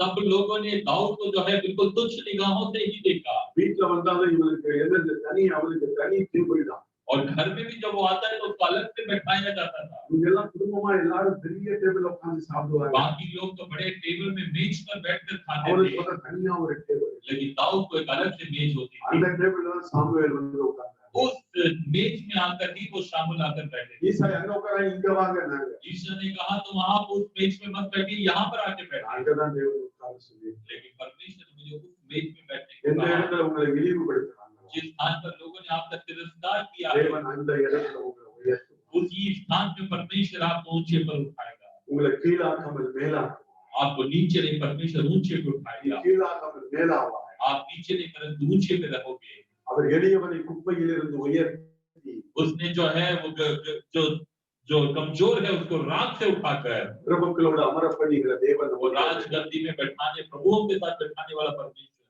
அவர் அப்படி நொறுக்கப்பட்டிருக்கிறார். दाऊद ऐसा एक टूटा हुआ व्यक्ति था। ஒரு இடத்துல கோலியாத் வருகிறார், சவுலை எதிர்க்க வந்து நிற்கிறார். और एक बार जो है गोलियत वहां पर जो आता है शाऊल की सेना के विरोध में, அந்த இடத்துல தாவீது வருகிறார். और वहां पर दाऊद आता है அவரை எதிர்ப்பதற்காக சவுல் இடத்துல போகிறார். और वो उससे लड़ने के लिए वो शाऊल के पास मांगने के लिए जाता है। ராஜா एक राजा, நான் ஒரு ஆடுகளை மேய்த்துக் கொண்டிருக்கும் போது ஒருவேளை கரடி வந்தது, ஒருவேளை சிங்கம் வந்தது, அதை எல்லாம் எதிர்த்து நான் போராடி வெற்றி பெற்றேன். और एक बार जब मैं अपनी भेड़ों को चरा रहा था, भालू और शेर आया, मैंने सबका जो है विरोध करके मैंने जीत प्राप्त की है। நீங்க இப்படிதான் நீங்க படிச்சிருப்பீங்க. आपने ऐसा ही पढ़ा நீங்க होगा। பெரிய பலவான் நீங்க நினைச்சிட்டு இருக்கீங்க. आप शायद सोच सकते हैं कि वो बहुत दाऊद एक बलवान व्यक्ति था। காரணம் என்ன தெரியுமா? तो कारण क्या है? அவர் சகோதரர்கள் எப்படியாவது இவனை கொல்ல வேண்டும், அழிக்க வேண்டும் என்று சிங்கங்கள் இருக்கிற இடத்துல, கரடிகள் இருக்கிற இடத்துல மேய்ப்பர்களோடு விட்டு அவரை எப்படியாவது சிங்கம் அல்லது கரடி பீறிட்டு விழச் செய்ய வேண்டும் என்று அவர்கள் விட்டு விட்டார்கள். लेकिन आपने जो कहानी पढ़ी उसका एक और जो भाग ये है कि दाऊद के ही बड़े भाइयों ने कैसे भी हो ये दाऊद जो है शेर और भालू के द्वारा मर जाए सोचकर उसको उस जगह पर भेड़ चरने के लिए भेज दिया जाता था। அப்படி பயங்கரமான இழிவுகளையும் நிந்தைகளையும் அவமானங்களையும் சகித்துக் கொண்டுதான் பல சங்கீதங்களை அவர் எழுதியிருக்கிறார். और ऐसे निंदाओं को, कष्टों को, समस्याओं को जीत कर जो है दाऊद ने बहुत सारे अपने भजनों में इस बात को लिखा है। தேவன் அவரை உயர்த்தி வந்து கொண்டிருக்கிற வேளையிலே சவுல் என்ற நேரத்திலே குறுக்கிடுகிறார். और जब परमेश्वर दाऊद को जब ऊंचा उठाते तो शाऊल अभी बीच में आके खड़ा हो जाता है। சவுல் இவரை கொல்ல வேண்டும் என்று தீர்மானித்து பல வேளைகளிலே அவன் என்ன செய்கிறான், அவரை எப்படியாவது கொல்ல வேண்டும் என்று எத்தனைத்துக் கொண்டிருக்கிறான். और उस स्थान पर देखिए शाऊल जो है अभी दाऊद को मारने के लिए कितनी योजनाओं को बनाता है। அந்த நேரத்துல தான் மாகோன் வனாந்தரத்துல இவனும் இவனுடைய கூட்டாளிகளும் அங்க இருக்கிறார்கள். और तब एक माउंट नाम के जो एक जंगल में दाऊद अपने लोगों के साथ में वहां पर था। சவுலும் அவனுடைய கூட்டத்தாரும் அந்த மலையை சுற்றி வளைத்துக் கொண்டார்கள். और शाऊल और उसकी पूरी सेना ने पूरे उस पहाड़ को घेर चुके थे। அந்த நேரத்துல 22ஆம் சங்கீதத்தை அவர் எழுதுகிறார். तब उस समय उन्होंने 22वां भजन को उसने लिखा। கொண்டு வந்த எல்லா ஆகாரமும் அவருக்கு தீர்ந்துச்சு. और लाया हुआ सारा भोजन भी जो है उसका खत्म हो चुका था। கொண்டு வந்த பானியும் தீர்ந்து போச்சு. और जो पानी भी लेकर आए थे वो भी खत्म हो गया था। என்ன செய்வது என்று தெரியல. अब नहीं मालूम है कि क्या करेंगे। சுற்றிலும் சவுலினுடைய கூட்டத்தார் வளைந்து விட்டார்கள். पूरे तरफ शाऊल की सेना ने घेर के रखा था। அந்த இடத்துல தான் இவர் கதறுகிறார். अब यहाँ पर वो प्रार्थना என் தேவனே ஏன் என்னை கைவிடுகிறீர்? तब वो कहता है हे मेरे परमेश्वर तूने मुझे क्यों छोड़ दिया। பாசான் தேசத்து பலத்த எருதுகள் என்னை சுற்றிலும் வளைந்து கொண்டிருக்கிறதே. यहाँ पर जितने भी जो है भाषान के जो भेड़ है, जो जानवर है वो उन्होंने मुझे पकड़ के रखा है। இப்படிப்பட்ட வேளையில தான் தேவனாகிய கர்த்தர் ஒரு பெரிய அதிசயத்தை தேவன் செய்கிறார். और वही समय में परमेश्वर ने एक बड़े अद्भुत काम को वहां पर करके दिखाया। பெலிஸ்தியர்கள் படையெடுத்து வருகிறார்கள் என்று சொன்னவுடன் சவுல் அந்த இரவை கிளம்பி விடுகிறார். और फिलिस्तीनियों ने जो है इस्राएल के ऊपर हमला कर दिया ये सुनते ही शाऊल अपनी सेना को लेकर चले जाता है। அந்த நேரம் காலை விடிய கால நேரத்துல ஒரு குளிர்ந்த காற்று வருகிறது. और तब एक सुबह के समय ठंडी हवा वहां पर आती है। அவன் குளிர்ந்த காற்றை நோக்கி ஓடுகிறான். और वो ठंडी हवा को देखकर वो झोंकी के प्रति भागता है। ஒரு அழகான ஒரு சோலையை அவன் பார்க்கிறான். और एक बहुत ही एक अच्छे स्थान को वो देखता है। அந்த சோலையில ஓடி போய் பார்க்கிறான். அங்க ஒரு அழகான தண்ணீர் நீரூற்றை பார்க்கிறான். और तब वो एक झरने के पास वो पहुंचता है जहां पर वो अच्छे पानी को देखता है। அந்த நீரூற்றை தண்ணீரை பருகி அள்ளி குடித்த பின்பதாகத்தான் और तब उस पानी को जब उसने लेकर पिया तब वो कहता है, அவன் சொல்லுகிறான், तब वो कहता है கர்த்தர் என் மேய்ப்பராயிருக்கிறார், நான் தாழ்ச்சி அடையேன். कि परमेश्वर मेरा चरवाहा है, मैं मुझे कुछ भी घटी नहीं होगी। பல வேளையில நம்ம இழிவுபடுத்தப்பட்டிருக்கலாம். कई बार लोगों ने हमारा तिरस्कार किया होगा। பல வேளையில பல சோதனை நமக்கு வந்திருக்கலாம். कई सारी परीक्षाएं हमारे जीवन में आई होंगी। ஒருவேளை இங்க இருக்கிற சிலர் என்ன செஞ்சிருக்கலாம், வாழ்க்கை எதுக்கு வாழ்ந்து நம்ம என்ன வாழ்ந்து என்னத்தை காண போகிறோம் என்று ஒருவேளை தற்கொலையை கூட நம்ம பண்ணியிருக்கலாம் என்று பல வேளையில நீங்க நினைத்திருக்கலாம். हो सकता है आप में से कई लोगों ने सोचा होगा जीने का कोई मतलब ही नहीं है तो इसलिए अब मुझे मर जाना चाहिए। ऐसे भी कई बार योजनाएं आपके मन में आई। தாவீது ஒரு காலம் தற்கொலை பண்ணணும்னு நினைச்சதே இல்லை. दाऊद ने एक बार भी उसने कभी आत्महत्या करने का सोचा ही नहीं। மரண இருளின் பள்ளத்தாக்கிலே நடந்தாலும் நான் பயப்படேன் என்று சொன்னார். और वो ये कहता है कि जब मृत्यु की घोर अंधकार की तराई से भी होकर निकलो तो भी मैं हानि से नहीं डरूंगा, உடைய கோலும் உடைய தடியும் என்னை தேற்றும் என்று சொல்லுகிறார். क्योंकि तेरे सोटे और तेरी लाठी से मुझे शांति मिलती है। எதிரிகளுக்கு எதிராக ஒரு பாத்திரத்தை எனக்கு ஆயத்தப்படுத்துகிறேன் என்று சொல்லுகிறார். तूने शत्रुओं के सामने मेरे लिए मेज को बिछाया है। என் தலையை எண்ணெயால் அபிஷேகம் பண்ணுவார் என்று சொல்லுகிறார். फिर जो है पूरे तेल से तूने अभिषेक किया है। அந்த இடத்துல தான் 23ஆம் சங்கீதத்தை அவர் எழுதுகிறார். और उस स्थान पर बैठकर भी उसने भजन से எவ்வளவு நேர்மறையான எண்ணம் என்று பாருங்கள். सोच के देखिए वो कैसी परिस्थितियां थी उसके जीवन में। இந்த வாழ்க்கையில எது தடைக்கல்லாக இருக்கிறது? आज आपके जीवन में कौन सा है जो ठोकर का पत्थर है? இவனை எல்லாரும் தாவீதை வெறுத்தாங்க. सब लोगों ने दाऊद का जो है तिरस्कार किया। தாவீத தந்தை தாய் எல்லாரும் வெறுத்தாங்க. दाऊद के पिता ने, दाऊद की मां ने, दाऊद के भाइयों ने, सबने उसका அவருடைய तिरस्कार சொந்த பந்தங்கள் எல்லாரும் அவனை இழிவாய் நினைத்தார்கள். उसके सभी सगे संबंधी और रिश्तेदारों ने भी उनका इनकार அவர்கள் किया। எல்லாரும் ஒரு ஆடு மேய்க்கிற ஒரு மேய்ப்பனாய் பார்த்தார்கள். सब लोगों ने उसको केवल एक भेड़ का एक चरवाहे के रूप में देखा, தேவன் அவர்களை இஸ்ரவேலின் இரட்சகராய் தேவன் लेकिन பார்த்தார். परमेश्वर ने उसे इस्राएल के राजा के रूप में देखा था। உங்களையும் தேவனாகிய கர்த்தர் அப்படிதான் பல பேருடைய இரட்சகராய் பார்க்கிறார். आज भी परमेश्वर आपको ऐसे ही हजारों के उद्धार के रूप में प्रभु आपको इस्तेमाल உங்க करेगा। குடும்பத்தினுடைய இரட்சகராய் அவர் பார்க்கிறார். उस हिसाब के परिवार को उद्धार के रूप में आपको इस्तेमाल करेगा। உங்களை கிதியோனாய் பார்க்கிறார். आपको गिदोन के रूप में वो உங்க देखेगा, எஸ்தராய் பார்க்கிறார். एक एस्तर के रूप में वो உங்க देखेगा, நெகேமியாவை एक பார்க்கிறார். नेहमिया के रूप में आपको உங்க देखता है, ரூத்தாக एक பார்க்கிறார். रूत के समान वो देखता है। நீங்க எப்படி எந்த இடத்துல நீங்க தாழ்வுபட்டிருந்தாலும் கவலைப்படாதீர்கள். कहीं पर भी अगर आपको शर्मिंदा भी होना पड़ा है तो भी आप जो है अपनी हिम्मत को ना छोड़ें। தாவீதை உயர்த்தின தேவன் இன்றும் ஜீவித்துக் கொண்டிருக்கிறார். जिस परमेश्वर ने दाऊद को ऊंचा उठाया वो आज भी जीवित है। ஒரு மேய்ப்பனை இஸ்ரவேலினுடைய ராஜாவாக உயர்த்த முடியும் என்றார். एक चरवाहे को जो है इस्राएल का राजा प्रभु बना सकता है। உங்களுடைய மனதின் விருப்பங்களை தேவனாகிய கர்த்தர் ஒரு நொடி பொழுதிலே அவர் நிறைவேற்றி கொடுப்பார். आपके मन की जो सारी जो इच्छाएं हैं उसको भी परमेश्वर एक चुटकी में पूरा कर सकता है। கர்த்தரால் கூடாத காரியம் ஒன்றுமில்லை. कुछ भी परमेश्वर से असंभव नहीं है। இன்னைக்கு நீங்க டைரியில போய் எழுதி வைத்துக் கொள்ளுங்க. आज अपने डायरी में जाकर लिख के रखिए, உங்களுக்கு என்ன விருப்பம் இருக்கிறதோ அதெல்லாம் எழுதுங்க. जो कुछ आप चाहते हैं आपकी इच्छा है उसको लिखिए। நம்ம விருப்பம் எல்லாம் எப்படி இருக்கும்னா நம்ம மைண்ட் நம்ம நேரவா இருக்கும். நம்மளுடைய மைண்டுக்கு ஏத்தாப்புல தான் இருக்கும். और हमारी इच्छाएं क्या होती है, जैसा हमारा दिमाग होता है वैसे ही हम हमारी इच्छाओं को भी बनाते हैं। ஒருவரும் என்ன செஞ்சிருக்க மாட்டோம், ஆண்டவரே இந்த போபால்ல நான் 5 ஸ்டார் ஹோட்டல் கட்டணும்னு யார் ஜெபிச்சிருக்கீங்க? और कभी किसी ने ऐसे प्रार्थना नहीं किया होगा कि प्रभु भोपाल में 5 स्टार होटल मुझे बनाना है। யாரா இருக்கீங்களா? किसने किया है ऐसे? ஆண்டவரே இந்த இதுல நான் என்ன செய்யணும், இந்த போபால்ல நான் ஒரு எம்எல்ஏ வரணும், இந்த மத்திய பிரதேசல எம்எல்ஏ வரணும்னு நினைச்சிருக்கீங்களா? क्या कभी आपने सोचा है कि मुझे प्रभु जी भोपाल में एमएलए बनना है? कभी ऐसे सोचा आपने? எல்லாம் எப்படி ரொம்ப கம்மியா தான் நினைச்சீங்க. हम हमेशा बहुत ही कम सोचते हैं, நம்ம கர்த்தர் எப்படி இல்லாதவைகளை இருக்கிறவர்களாய் அழைக்கிறவர் நம்ம लेकिन हमारा परमेश्वर कैसा है, जो बातें है ही नहीं उसको ऐसे बुलाता है जैसे वो है। அல்லேலூயா. हालेलुया। நம்ம கீழ தாழ்வில் இருந்தவரை தாழ்வி நம்மை நினைத்தவரை துதியுங்கள். और जिसने हमको हमारे नीचे स्थान पर जिसने हम पर ध्यान लगाया उसकी स्तुति करें। நம்ம உயர்த்த போகிறோம். हमें वो ऊंचा उठाने जा रहा है। கர்த்தர் தெரிந்தெடுத்த பாத்திரத்தை யார் வந்து பழைய ஏற்பாட்டுல பாருங்க, யாராவது சாதாரண ஆளா யாரா இருந்தாலும் பாருங்க, आप देखिए जितने लोगों को परमेश्वर ने चुना है क्या कोई साधारण था? எல்லாம் பெரிய பெரிய கோடீஸ்வரர்களா இருந்தாங்க. அல்லேலூயா. और बड़े-बड़े धनवान को परमेश्वर ने वहां पर बनाया எல்லாம் பெரிய பெரிய செல்வந்தர்களா இருந்தாங்க. और सब लोगों को परमेश्वर ने बड़े धनवान के रूप में रखा।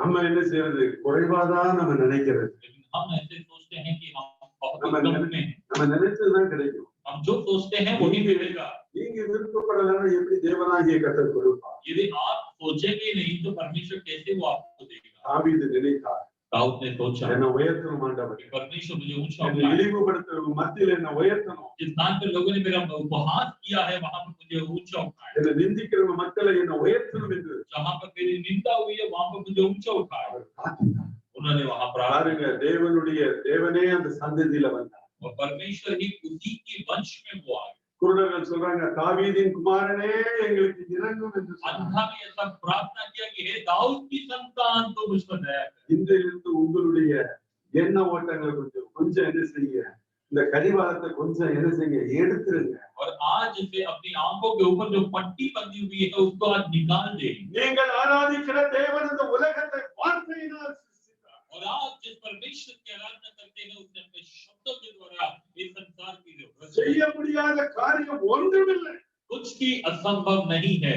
லாசரு மரிக்கும் போது தேவன் சொல்லுகிறார், और लाजर जब मर गया था तब यीशु ने ऐसे कहा, என்னுடைய நாமம் விளங்கும்படியாக அவர் மரித்திருக்கிறார் என்று और उसने சொல்லுகிறார். मेरे नाम की महिमा के लिए उसकी मृत्यु हुई। உங்களுடைய இந்த நிலைமை தேவனாகிய கர்த்தர் அவர் மகிமைப்படுவதற்காக और வைத்திருக்கிறார். आज की आपकी जो भी परिस्थिति है वो परमेश्वर की महिमा के लिए ही। எப்படிப்பட்ட வியாதியாக இருந்தாலும் சரி, चाहे कोई भी बीमारी क्यों ना हो, உங்களுடைய சரீரத்துல எப்படிப்பட்ட பலவீனமாக चाहे இருந்தாலும் सरी, आपके शरीर में कैसे भी कमजोरी क्यों ना हो, நீங்கள் ஆராதிக்கிற தேவன் இன்னார் என்பதை நீங்கள் அறிந்து கொள்ள வேண்டும். आप जिस परमेश्वर की आराधना करके आज आप जान जाए उन्हें, You believe the Lord Jesus Christ. आप यीशु मसीह पर विश्वास करें।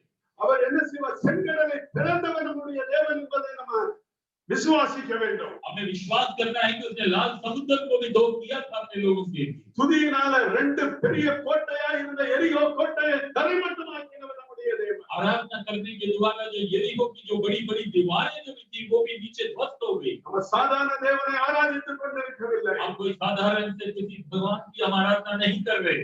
ஒரு பெரிய தேவனை நாம் ஆராதித்துக் हम கொண்டிருக்கிறோம். बड़े परमेश्वर की आराधना हम कर रहे हैं। வல்லமை உள்ளவரை நாம் ஆராதித்துக் हम கொண்டிருக்கிறோம். सर्वशक्तिमान परमेश्वर की आराधना करते हैं। அப்படிப்பட்ட தேவனை ஆராதித்துக் கொண்டு ऐसे परमेश्वर की हम आराधना कर रहे हैं। நீங்க கவலையோட இருக்கலாமா? या आप ऐसे चिंता के साथ எப்படி இருக்கணும்? உங்க முகம் ரேடியன்ட்டா இருக்கணும். आपका चेहरा प्रकाशमान होना चाहिए। கவலைப்படுறதுனால நம்ம ஒண்ணும் செய்ய முடியாதுன்னு தேவன் சொல்லி இருக்கிறார். बाइबल में परमेश्वर ने कहा है कि तुम चिंता करने के द्वारा कुछ भी नहीं होने वाला। ஹைட் 5.1 5.2 ஆக்க முடியாது. आप 5 से 1 अगर है तो 5-2 आप नहीं बन நீ सकते। ஒண்ணும் செய்ய முடியாது. चिंता करने से कुछ नहीं होगा। அவர் சொல்றாரு கர்த்தராகிய என் மேல் உன் பாரத்தை வைத்து விடு. परमेश्वर कहते तो अपनी सारी चिंता मुझ पे डाल दे। Leave all your problems to me. अपनी सारी समस्या मुझ पर छोड़ दे। Why do you carry your problem with yourself? चिंता को अपने ऊपर तो क्यों उठाकर You रखना है? give it to me. मुझको दे दो, நான் அதை சுமந்து விட்டேன். मैं उसको उठाऊंगा। நான் அதை சிலுவையிலே சுமந்து விட்டேன். मैंने उसको सलीब पर दे You दिया need not carry. और तुझे अब उठाने की जरूरत नहीं। ஏழ்மையை நீ சுமக்க வேண்டாம். अब तुझे किसी भी भार को उठाने की जरूरत नहीं। தரித்திரத்தை நீ சுமக்க வேண்டாம். दरिद्रता को तुम्हें उठाने की जरूरत नहीं है। வியாதியை நீ சுமக்க வேண்டாம். बीमारियों को उठाने की जरूरत नहीं। நிந்தையை நீ சுமக்க வேண்டாம். निंदा को उठाने की जरूरत नहीं। உன்னை ஆசீர்வதிக்கவே நான் இறங்கி வந்திருக்கிறேன். मैं ये आशीषित करने के लिए नीचे आया। நீங்க செய்ய வேண்டியதெல்லாம் என்ன? आपको क्या करना है? கர்த்தரை நீங்க துதித்தால் போதும். आप परमेश्वर की आराधना करें। போபால்ல இருந்து தேவனாகிய கர்த்தரை நீங்க மகிமைப்படுத்த வேண்டும். आप भोपाल में रहते हुए परमेश्वर की महिमा को करें। தேவனை நீங்க துதித்துக் கொண்டிருந்தாலே போதும். जब तक आप परमेश्वर की आराधना करते रहेंगे ये होगा। தாவீது சொல்லுகிறார், दाऊद ये कहता है கர்த்தரை நான் எக்காலத்திலும் ஸ்தோத்திரிப்பேன், அவருடைய துதி என் வாயில் இருக்கும். कि मैं हमेशा परमेश्वर की स्तुति करूंगा, उसकी स्तुति निरंतर मेरे मुख से होगी। நம்ம தாவீதை காட்டிலும் ரொம்ப பெரியவர். हम दाऊद से तो बड़े ही हैं। இந்தியாவினுடைய ஜனாதிபதி நம்ம. हम तो भारत के राष्ट्रपति। நம்மளுக்கு ஜெபம் பண்ண நேரம் இல்ல. हमारे पास तो प्रार्थना करने का टाइम नहीं நம்மளுக்கு होता। வேதம் வாசிக்க நேரம் இல்ல. बाइबल पढ़ने का भी टाइम नहीं होता। செல்போன் सेलफोन को அத மாத்திரம் யூஸ் பண்றதுக்கு மாத்திரம் நல்ல நேரம் இருக்கு. इस्तेमाल करने के लिए बहुत अच्छा टाइम நான் होता है। வந்து அக்யூஸ் பண்ணல. मैं आपकी निंदा नहीं कर रहा हूँ। கடவுள் கேக்குறேன். परमेश्वर पूछ रहे हैं give unto his time. मुझे मेरा அவருக்கு समय வேண்டிய दो। நேரத்தை கொடுங்க. मुझे मेरा समय दो। ஏன்? क्यों? நீங்க தானே ஆசீர்வதிக்கப்படும். अभी तो आप आशीषित होंगे। நீங்க ஆண்டவரை துதிக்கிறதுனால யார் ஆசீர்வதிக்க போறா? जब आप आराधना करोगे तो किसको आशीष मिलेगी? உங்க பக்கத்து வீட்டுக்காரர் ஆசீர்வதிக்க போறா? क्या आपका पड़ोसी आशीषित होगा? இல்லையே. नहीं। நீங்க துதிக்கிறதுனால ஆண்டவர் என்ன செய்வார்? மகிமைப்பட போகிறார். जब आप परमेश्वर की स्तुति करोगे तो परमेश्वर की महिमा होगी துதிகளின் மத்தியில் வாசம் பண்ணுகிறது. और वो स्तुतियों के बीच में वो विराजमान होता है हमारा परमेश्वर। பரலோகத்தை பத்தி வெளிப்படுத்தல சொல்லப்பட்டிருக்கிறது. और स्वर्ग के बारे में जो है प्रकाशित वाक्य में लिखा है 24 மணி நேரம் சேராபீன்களும் கேராபீன்களும் துதித்துக் கொண்டிருப்பாங்க. 24 घंटे जो है वहां के जो स्वर्गदूत जो होते हैं परमेश्वर की आराधना करते हैं। எல்லாத்துக்கும் ஒரு வீக்னஸ் இருக்கும். एक कमजोरी होती है। மனைவியை ஏமாத்தினா கணவனுக்கு என்ன செய்யணும்னு தெரியும். और अगर पत्नी को बहलाना है या उसको तो पति को मालूम होता है। கணவனை ஏமாத்தினா மனைவிக்கு தெரியும். और पति को कैसे बहलाना है ये पत्नी को भी मालूम है। பிள்ளைகளுக்கு இப்போ ஒரு நல்ல அழகான செல்போன் வேணும்னா அது எப்படி ஏமாத்த ஆரம்பிக்குங்கிறது அவங்களுக்கு தெரியும். और अगर बच्चों को अगर कुछ सेलफोन चाहिए तो वो कैसे बहलाना फुसलाना करते हैं पापा को उनको मालूम है। 1 month डैडी मम्मी சொல்றதெல்லாம் அப்பா நல்லா கேட்பாங்க. 1 महीने तक जो भी मम्मी पापा बोलेंगे बड़े अच्छे से मानेंगे। ஐபோன் வேணும்னா எல்லாம் கேட்பாங்க. आईफोन चाहिए तो सब मानेंगे। எப்படியோ ஏமாத்துறோம்ல. ऐसे भी हो हम எப்படியோ ஏமாற்றப்படுறோம்ல. भी तो बहलाए जाते हैं। நம்ம நிறைய பேர்னால ஏமாற்றப்பட்டு உட்கார்ந்துருக்கிறோம்ல. अभी तो कितने लोगों ने हमको ऐसे बहलाया। நீங்க தான் சொன்ன உடனே நம்ம ஏமாறப்பட்டு இருக்கிறோம்ல. எத்தனை இடத்துல பணத்தை இழந்திருக்கிறோம். कितने जगह पर जाके पैसा देकर आ गए। எத்தனை இடத்துல நம்ம ஏமாத்தி எவ்வளவு வேலை வாங்கி இருக்காங்க. कितने लोगों ने हमको बहलाकर हमसे काम भी निकलवा लिया। நம்ம சாயல்ல தான் தேவனாகி அவருடைய சாயல்ல தான் மனுஷனையும் உண்டாக்குனார். उसी के स्वरूप में तो हम लोग भी बने हुए हैं। அவரையும் ஏமாத்துறதுக்கு ஒரு டெக்னிக் இருக்கு. तो उनको भी बहलाने का एक जो है तकनीक है, அவரை துதிச்சா போதும், वो उनको आराधना करना, மயங்கிடுவார். वो बिल्कुल जो है वो बहल जाते हैं। மயங்கினவனு நீங்க என்ன கேட்டாலும் தருவார். अगर उनको प्रसन्न कर दिया तो आप जो बोलोगे वो आपको देंगे। சீக்கிரம் அவ்வளவுதான். बस यही एक रहस्य है। டாக்டர் பால்கரன் வர்றாங்க, ஓடி போய் தலையை கொடுக்குறது, அண்ணன் மோகன் சி வர்றாங்க, தலையை கொடுக்குறது, ஏன் தலையை கொடுக்குறதுலாம் ஒண்ணு இல்லை. और डॉक्टर फॉर्म दिनकर उनके पास जाके सर देना, या मोहन सिंह ब्रदर उनके पास जाके सर देना, या मेरे पास आके सर देकर प्रार्थना करवाने से कुछ नहीं होने वाला। எனக்கு நிறைய கிருபை கொடுத்திருக்கிறாரு. मेरे को बहुत अनुग्रह मिला हुआ है। நிறைய பேயெல்லாம் ஓடும். बहुत सारे दुष्टात्मा में भागती है। ஹிந்தில ஒரு பேயெல்லாம் செங்கல்பட்டுல நான் வீடியோ எடுத்தாங்க. और जंगल पेट में एक दुष्टात्मा हिंदी बोल रही थी, எனக்கு ஹிந்தி தெரியாது. मुझे हिंदी नहीं मालूम था। என் பத்தினி வந்து பாம்பேல வளர்ந்தது. मेरी पत्नी बॉम्बे में पली है, சினோஸ் ஹிந்தி. उनको हिंदी मालूम था। அப்போ அது கத்திக்கிட்டு ஏதோ சொல்றதுன்னு நான் சொல்லிட்டு இருந்தேன். और वो कुछ चिल्ला रही थी और मैं उसको डांट रहा था। அது சொல்லுதா, இந்த பிள்ளையை நான் கொல்லாம போக மாட்டேன்னு சொல்லி. और तब वो हिंदी में दुष्टात्मा कह रही थी कि इस लड़की को मारे बगैर मैं नहीं जाऊंगा। இந்த வரம்லாம் எங்களுக்கு எதுக்குன்னா, ये सब वरदान हमको क्यों मिलते हैं? உங்களுக்கு இல்ல, आपके लिए नहीं है, ஒரு ஜாதி மக்களுக்கு. अन्य जातियों के लिए। ஹalleluya. हालेलुया। உங்களுக்கு நாங்க பண்ணி நாங்க காசு சம்பாதிக்கிறதுக்கு வரல. आपको करके या आपको बताकर हम कुछ पैसा लेने के लिए नहीं आए हैं। உங்களுக்கு உங்க இயேசுவா இருக்கிறாங்க. आपके लिए आपको परमेश्वर है, மயங்கிடுவார். वो आपके के लिए करना चाहते हैं। நீங்க செல்போனை அப்படியே யூஸ் பண்ணிக்கிட்டு ஹalleluya அப்படி நீங்க பாட்டு என்னது ஆராதனை அவரு ஆமென் ஹalleluya சொல்லிக்கிட்டே நீங்க பாட்டு என்ன செய்யலாம், செல்போன்ல ஏதாவது பார்த்துட்டு இருக்கலாம். और हो सकता है सेलफोन में भी काम करते समय परमेश्वर के लिए हालेलुया, परमेश्वर का धन्यवाद और बोलते हुए भी काम कर सकते குக் हैं। பண்ணிட்டு இருக்கும்போது ஆராதனை நீரே ஆராதனை வேந்த அப்படி பாடிக்கிட்டே இருக்கலாம். और आप खाना बनाने के समय पर भी गीतों को गाते हुए आराधना करते हुए भी अपने काम को कर सकते हैं। அப்படியே ஆராதிட்டே இருந்தா போதும், वैसे आराधना करते रहिए, இந்த வாழ்க்கை மாறும். आपका जीवन बदल जाएगा। இங்க ஒண்ணு போய் அவர்கிட்டலாம் போய் அப்பா எனக்கு வீடு கட்டி கொடுங்கப்பா, எனக்கு அதை செய்யுங்கப்பா, இதை செய்யுங்கப்பான்னு சொல்ல வேண்டாம். आपको परमेश्वर के पास जाके मुझे ये चाहिए वो चाहिए बताने की जरूरत नहीं है। God has given a promise unto us. परमेश्वर ने हमें वायदा किया है। Matthew 6:33 says, और मत्ती 6:33 में तो लिखा है, முதலாவது தேவனுடைய ராஜ்யத்தையும் அவருடைய நீதியும் தேடுங்கள், पहले तुम परमेश्वर के राज्य और उसकी धार्मिकता की खोज करो, அப்பொழுது तब இவைகள் எல்லாம் உங்களுக்கு கூட கொடுக்கப்படும். ये सब तुमको उसके साथ में दिया जाएगा। ஹalleluya. हालेलुया। ஒரு செல்போன் கேக்குறீங்கல்ல, एक सेलफोन मांगते हैं, 2 கேலக்ஸி அல்லதுன்னா ஐபோன் கிடைக்கும். 2 गैलेक्सी आईफोन मिलेगा। மாருதி வாங்கலாமா முடியுமா நீங்க நினைப்பீங்க, आप सोचोगे मारुति ले सकता हूँ क्या सोचोगे, அவர் கூட கொடுப்பார். उससे भी बढ़कर प्रभु देगा। கடையில சேலை வாங்க போயிருப்பீங்க, एक दुकान में हो सकता है साड़ी लेने அங்க गए ஒரு होंगे, பம்பர் லாட்டரி வச்சிருப்பாங்க, वहाँ पर एक बम्पर लॉटरी रखा होगा, அந்த ஆடிக்கார உங்களுக்கு கொடுப்பாங்க. वहाँ पर एक ऑडी कार भी मिलता है। என்னுடைய நண்பருடைய தம்பிக்கு அப்படி கிடைச்சது. मेरे एक दोस्त है, उसके भाई को ऑडी कार मिला। சொல்றது நல்லா இருக்கியா, बोलना तो बहुत अच्छा लगा है, நல்லா ரொம்ப நேரம் நீங்க பேசலாமே, 1 மணி வரைக்கும் கூட பேசலாம், ரொம்ப நல்லா இருக்கு. बहुत अच्छा बोल रहे हैं आप, 1 बजे तक भी बोलते रहिए, आप सोच रहे होंगे। நான் இன்னொரு இடத்துக்கு போய் தேவனுடைய வார்த்தையை பகிர்ந்து கொள்ளணும். लेकिन अभी मुझे एक और कलीसिया में जाकर भी वचन को देना है, டைம் ஆயிடுச்சு. इसलिए समय हो चुका है। பாருங்க, மெய்ப்பனை தேவன் ராஜாவாக உயர்த்தி, एक चरवाहे को परमेश्वर ने राजा बनाया, மலடியை தேவன் சாதிகளுக்கு தகப்பனாய் உயர்த்தி, एक बांझ स्त्री को जो है जातियों की माता के रूप में बनाया। கடைசியாக अंत में யோசேப்பை குறித்து தியானிக்க போகிறோம். यूसुफ के बारे में हम ध्यान करेंगे। சொந்த சகோதரர்கள் அவர் குழியில் அமர்த்திட்டாங்க. खुद के भाइयों ने ही उसको गड्ढे में धकेल दिया।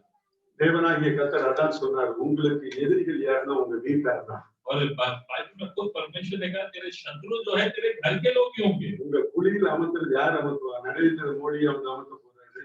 आपको गड्ढे में धकेलना कोई प्रधानमंत्री आके नहीं करेंगे, முக்கியமந்திரி சிவராஜ் சௌகான் அமர்த்த போறாரு. आपके मुख्यमंत्री आकर आपको गड्ढे में नहीं धकेलेंगे, உங்க சகோதரர் தான் அமர்த்துவார்.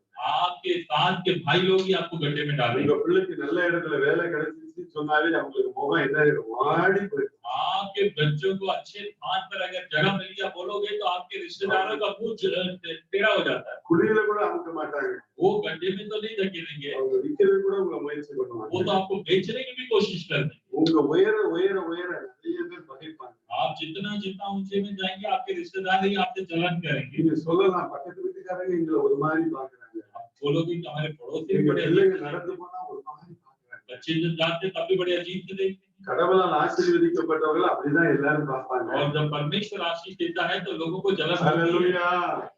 உங்களை அப்படிதான் பார்ப்பாங்க. आपको ऐसे ही लोग देखेंगे। அவங்கள்ட்ட இல்லைங்கிறனால தான் உங்களை அப்படி பார்க்கறாங்க. उनके पास नहीं है इसलिए वो आपको देखेंगे। என்ன கடவுள் உங்களை உயர்த்த போகிறார். आपको परमेश्वर और ऊंचा उठाने वाला உங்களை है। பகைக்க ஆரம்பிச்சாச்சுனாவே நீங்க உயர உயர ஆரம்பிச்சிட்டீங்கன்னு சொல்லலாம். अगर लोग आपसे जल रहे हैं तो इसका मतलब ये है परमेश्वर आपको और ऊंचा उठा रहे हैं। அதான் தேவனாகிய கர்த்தர் என்னது ஒரு பாட்டு இருக்கு. என்னை தூக்கி தூக்கி எடுத்தீரே. और ये तमिल में சர்வவல்லவரே என்னை தூக்கி தூக்கி எடுத்தீரே. சமாதான காரணரே. அவர் எப்படி சொல்றார், நம்மளை தூக்கி தூக்கி தூக்கி உயர வைத்து அழகுபடுத்துகிறார். और वो हमारा परमेश्वर जो है हमें ऊंचा ऊंचा और ऊंचा उठाकर वो आनंदित होता है। ஒன்றுமில்லாத மக்கள் அடிமைத்தனத்தை எகிப்து மக்களை கானான்ல கொண்டு அழகுபடுத்துகிற தேவன் நம்முடைய தேவன். और जो मिस्र देश में गुलामी में जो थे उनको ले जाके कनान में जाकर आशीष देने के लिए प्रभु की इच्छा है। பாருங்க, சகோதரரை குழியில அமுக்கியாச்சு, அவங்களை 20 வெள்ளிக்காசு இஸ்மவேலுக்கு வித்து அடிமையாக்கிட்டாங்க. और देखिए भाइयों ने तो उसको गड्ढे में धकेला, उसको 20 सिक्कों में उसको बेच भी दिया था। அங்க போனாலும் ஒரு பெரிய சோதனை போத்திபாரனுடைய மனைவி மூலம் வருது. और जहां वो गए वहां पर भी बड़ी उसके लिए परीक्षा थी कि पोतीफर की पत्नी ने उसके ऊपर आंख लगा दी। இப்போட எகிப்தியர் மாதிரி அன்னைக்குள்ள எகிப்தியர்கள் கிடையாது. आज का जैसे मिस्र के लोग हैं, पहले के मिस्र के लोग ऐसे नहीं थे। அவங்க எத்தியோப்பியர் மாதிரி ரொம்ப கருப்பா இருப்பாங்க. वो जो है इथियोपिया के जैसे बड़े काले लोग हुआ करते ஆனா யோசேப்பு ரொம்ப ரொம்ப நல்ல பயங்கர வெள்ளை ஹேண்ட்ஸமா இருப்பாங்க. அங்க பக்தர்கள் இருக்கிற மாதிரி. लेकिन जो है यूसुफ जो था वो बहुत ही एक अच्छे से सुंदर व्यक्ति था। அதனால போத்திபார் மனைவி சுலைக்காவுக்கு அவன் மேல ரொம்ப ஆசையாயிடுச்சு. इसीलिए पोतीफर की पत्नी को यूसुफ के मेले बहुत ही उसको मन आ गया था। அவங்களுடைய எகிப்தினுடைய அந்த விளக்க உரை சொல்லுகிறது, அவள் மெலிந்து கொண்டே வர்றா, ரொம்ப மெலிஞ்சிட்டா. और ये जो मिस्र देश की जो कहानी में जो लिखा हुआ है कि पोतीफर की पत्नी दिन ब दिन वो जो है वो और पतली होती जा रही। அவங்க फ्रेंड्स எல்லாம் வந்து ஏன் நீ ரொம்ப மெலிஞ்சிட்டேன்னு கேக்குறாங்க. और तब उन्होंने आकर जो है उसकी पत्नी से पूछा कि तुम इतने पतले क्यों हो रही हो। அதனுடைய ரகசியம் உனக்கு தெரியுமான்னு फ्रेंड्ஸ்ட்ட கேக்குறா. तब वो अपनी पत्नी से दोस्तों से कहते तुम्हें मालूम है, ஒரு அடிமையை வர சொல்றேன் பாருங்கன்னு சொல்றாங்க. देखो एक गुलाम को मैं बुला रही हूँ। அந்த நேரத்துல ஆப்பிள் வெட்ட ஆப்பிள் கொடுக்குறா, கத்தி ஆப்பிள் எல்லாத்துக்கும் கொடுத்துருக்காங்க. और उस समय जो है चाकू देने वाले सही फल काटने के लिए चाकू सब दिया हुआ था। அந்த நேரத்துல யோசேப்பு வந்து கொண்டிருக்கிறார். और उस समय यूसुफ वहां से आता है। ஒரு சுலைக்காவினுடைய ஒரு ஃப்ரெண்ட் அந்த ஆப்பிளை வெட்டும் போது அவனை பார்த்த உடனே விரலையும் சேர்த்து விட்டான். और तब ऐसा लिखा है मिस्र की कहानी में कि जैसे ही उसके पत्नी की दोस्त ने यूसुफ को देखा तो वो भूलकर वो अपनी उंगली को भी उसने काट लिया था। அவ்வளவு அழகா इतना सुंदर था यूसुफ। பாருங்க, அவன் சொல்லுகிறான், और वहां पर लिखा है கர்த்தருக்கு விரோதமாய் நான் பாவம் செய்வது எப்படி? परमेश्वर के विरोध में मैं कैसे पाप कर सकता हूँ। இங்க நிறைய யூத் இருக்கிறீங்க, यहाँ कई जवान बैठे हैं, பெரியவங்க இருக்கிறீங்க. बड़े लोग भी हैं। கர்த்தர் நீதிமான்கள் மேல் கர்த்தருடைய கண்கள் நோக்கமாய் இருக்கிறது. धर्मियों के ऊपर परमेश्वर की आंखें लगी हुई है। உங்களை எப்பொழுதும் பார்த்து கொண்டே இருக்கிறார். वो हमेशा आपको देखता है। நம்முடைய தேவன் அவ்வளவு நல்லவர். हमारा परमेश्वर उतना भला। நம்ம தனியா தானே இருக்கிறோம், हम तो अकेले हैं, யாருக்கு ஒண்ணும் தெரியாதே. किसी को कुछ नहीं मालूम है। அப்படி இங்க இருக்கிற யூத் எதை செய்யக்கூடாது, ऐसे பாவத்துல விழுந்து விடக்கூடாது. हमारे जवान जो है पाप में ना गिर जाए। உங்களை எப்பொழுதும் ஒருவர் பார்த்து கொண்டே. आपको हमेशा एक परमेश्वर है जो देखता है। பாருங்க, அப்படி தன்னை காத்து கொண்டார். ऐसे उसने अपने आप को बचा के இந்த रखा। அடிமை எல்லாரும் இவனை அடிமை என்று பார்க்கிறார்கள், सब लोगों ने तो उसको गुलाम करके देखा था, சிறைவாசி என்று பார்க்கிறார்கள். उसको एक कैदी के रूप में देखा। ஆனால் தேவனாகிய கர்த்தர் எகிப்தின் அதிபதியாய் பார்க்கிறார். लेकिन परमेश्वर ने उसको जो है मिस्र का प्रधानमंत्री के रूप में देखा। இல்லாம இருக்கிறவர்களாய் நீ உங்களுக்கு ஒண்ணுமே இல்லைன்னு சொல்லி இந்த உலகம் உங்களை இழிவுபடுத்தலாம். उस संसार आपको कहता है कि तेरे पास कुछ भी नहीं है, தேவனாகிய கர்த்தர் அதிபதியாய் பார்க்கிறார். लेकिन परमेश्वर आपको जो है एक अधिकारी के रूप में वो देखता है। உங்களை ஒரு பெரிய ஐஸ்வர்யமாய் பார்க்கிறார். परमेश्वर आपको एक धनवान के रूप में देखता है. உங்க பிள்ளை இந்த கோபால் பட்டணத்துல ஒரு richest man ஆக போகிறார். आपके संतान जो है इस भोपाल में बड़े धनवान के रूप में आने वाले हैं. தேவன் அப்படி பார்க்க விரும்புகிறார். परमेश्वर ऐसे देखना चाहते हैं. इतने பேர் நம்ம பார்த்தோம்ல, इतना हमने सभी देखा. சாராள பார்த்தோம், सारा के बारे में தாவீத देखा, பார்த்தோம், दाऊद के बारे में देखा, யோசேப்பை பார்த்தோம். यूसुफ के बारे में देखा. அவங்க எல்லாம் பல ஆண்டுகள் தேவனுடைய சமூகத்துல கண்ணீர் வடித்து கதறி. ये सब लोगों ने कई सालों तक परमेश्वर के सम्मुख में अपने आंसुओं को बहाया था. நீங்களும் உங்களுடைய ஜெப அறையில आप भी अपने प्रार्थना के स्थान में எப்பொழுது நொறுங்குண்ட இருதயத்தோடு தேவனிடத்துல ஜெபம் பண்ணுங்க. एक टूटे हुए मन के साथ में हमेशा प्रार्थना करें. நொறுங்குண்ட இருதயத்தை அவர் புறம்பே தள்ள மாட்டார். टूटा हुआ मन को कभी भी वो इनकार नहीं करते हैं.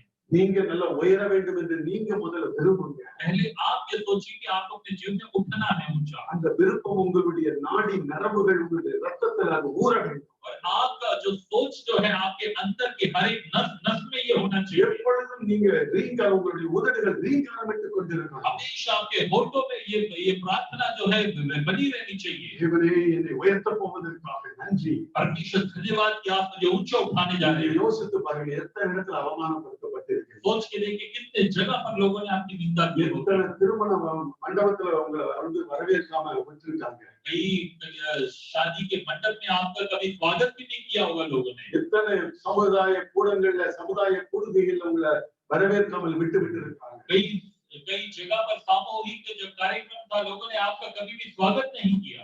உங்களை எத்தனை இடத்துல இழிவுபடுத்தி இருக்கிறாங்க. कितने जगह पर लोगों ने आपका उपहास உங்க किया. பிள்ளைகளை எப்படி நிந்தைக்குள்ளாக மாற்றி இருக்கிறார்கள். आपके बच्चों को कितने लोगों ने मजाक उड़ाया हो. நீங்க சற்று சிந்தித்து பாருங்க. सोच के देखिए. அது நீங்க மறந்துட்டீங்க. हो सकता है आप भूल ஆனா गए, தேவன் மறக்கல. लेकिन परमेश्वर ने நீங்க அந்த நாள் ஜெபம் பண்ணி இருக்கிறீங்க. आपने प्रार्थना किया है. தேவன் அதை மறக்கல. आप परमेश्वर उसने भूला नहीं. எப்படி தேவனாகிய கர்த்தர் உயர்த்தினாரோ, कैसे परमेश्वर ने आपको ऊंचा उठाया. எது உங்களுடைய வாழ்க்கையில தடைக்கல்லாக இருக்கிறதோ, जो भी आज जो है आपके लिए ठोकर का कारण है, தேவன் அதை படிக்கல்லாக उसे மாற்றுவார். परमेश्वर आपके कदमों का पत्थर बना देगा. வில்மா ரொடாப் என்ற ஒரு பெண் 1940ஆம் ஆண்டு அமெரிக்க தேசத்தில் பிறந்தார். 1940 में अमेरिका में एक बच्ची का जन्म हुआ था. 5 வயதில் அவளுக்கு போலியோ அட்டாக், ஸ்கார்லட் நோய் அட்டாக், அடுத்து அவளுக்கு இன்னொரு நிமோனியா அட்டாக்னால் அவள் பாதிக்கப்பட்டு இடது காலினுடைய बलத்தை அவள் இழந்து விட்டாள். 5 साल की उम्र में ही उसको पोलियो, निमोनिया ऐसी कई बीमारी के कारण उसका जो एक अंग था वो बिल्कुल अपंग हो गया. அவளுக்கு 22 சகோதர சகோதரிகள். उसके 22 भाई बहन थे. 20வது பிள்ளையாக அவள் பிறந்தாள். और ये जो थी अपने घर में 20वीं संतान थी. கருப்பணத்தை சேர்ந்தவர்கள். और ये जो थी वो ब्लैक. அவங்க அப்பா ரயில்வேல போர்ட்டரா வேலை பார்க்கறாரு. और उनके पिता जो थे वो रेलवे में उस समय कूली थे वहां पे. அவங்க பல வெள்ளக்கார வீட்ல போய் அவங்க வீட்டு வேலை பார்த்துட்டு இருக்காங்க. और वो कई सारे गोरे लोगों के यहाँ पर जाकर ये काम करते थे. விசுவாசத்தில் அவங்க வல்லமை உள்ளவர்களாக लेकिन இருந்தார்கள். विश्वास में वो लोग बहुत ही मजबूत थे. ஆண்டவருடைய வார்த்தையை வில்மாவுக்கு சொல்லி சொல்லி அவர்களுக்கு मेडिकल ट्रीटमेंट கொடுத்தாங்க. और परमेश्वर का वचन बोल बोलकर विल्मा को जो थी वो जो बच्ची थी उसका ट्रीटमेंट दिया जाता था. 10 வயது வரைக்கும் அவ தாங்கி தாங்கி தான் நடந்தா. और 10 साल की उम्र तक वो बिल्कुल जो है संभल के धीरे-धीरे चलती थी. 10வது ஆண்டு அவளுக்கு போட்டிருந்த கால்ல போட்டிருந்த பிளாஸ்ட் அவங்க ரிமூவ் பண்ணாங்க. और 10 साल की उम्र में उसके पांव में जो उसको प्लास्टर जो भी सपोर्ट था उसको हटा दिया गया. தனியா ஒரு தனி ஷூ யூஸ் பண்ணி 2 வருடம் அப்படி நடந்தா. और 2 साल तक वो अकेले वैसे शू को पहनकर वो चलने लगी. 12வது வயதுல ஸ்கூல்ல நடக்கிற ஓட்ட பந்தயத்துல கடைசில வந்தா. और जो है उसके बाद 12वीं साल में जो थी 12वीं की क्लास में वो आखिरी में दौड़ते हुए आखिरी में पहुंची. எல்லாரும் அவங்கள நகைத்தார்கள். सब लोगों ने उसका उपहास किया. ஓடி வந்து அம்மாவினுடைய மடியில அழுதா.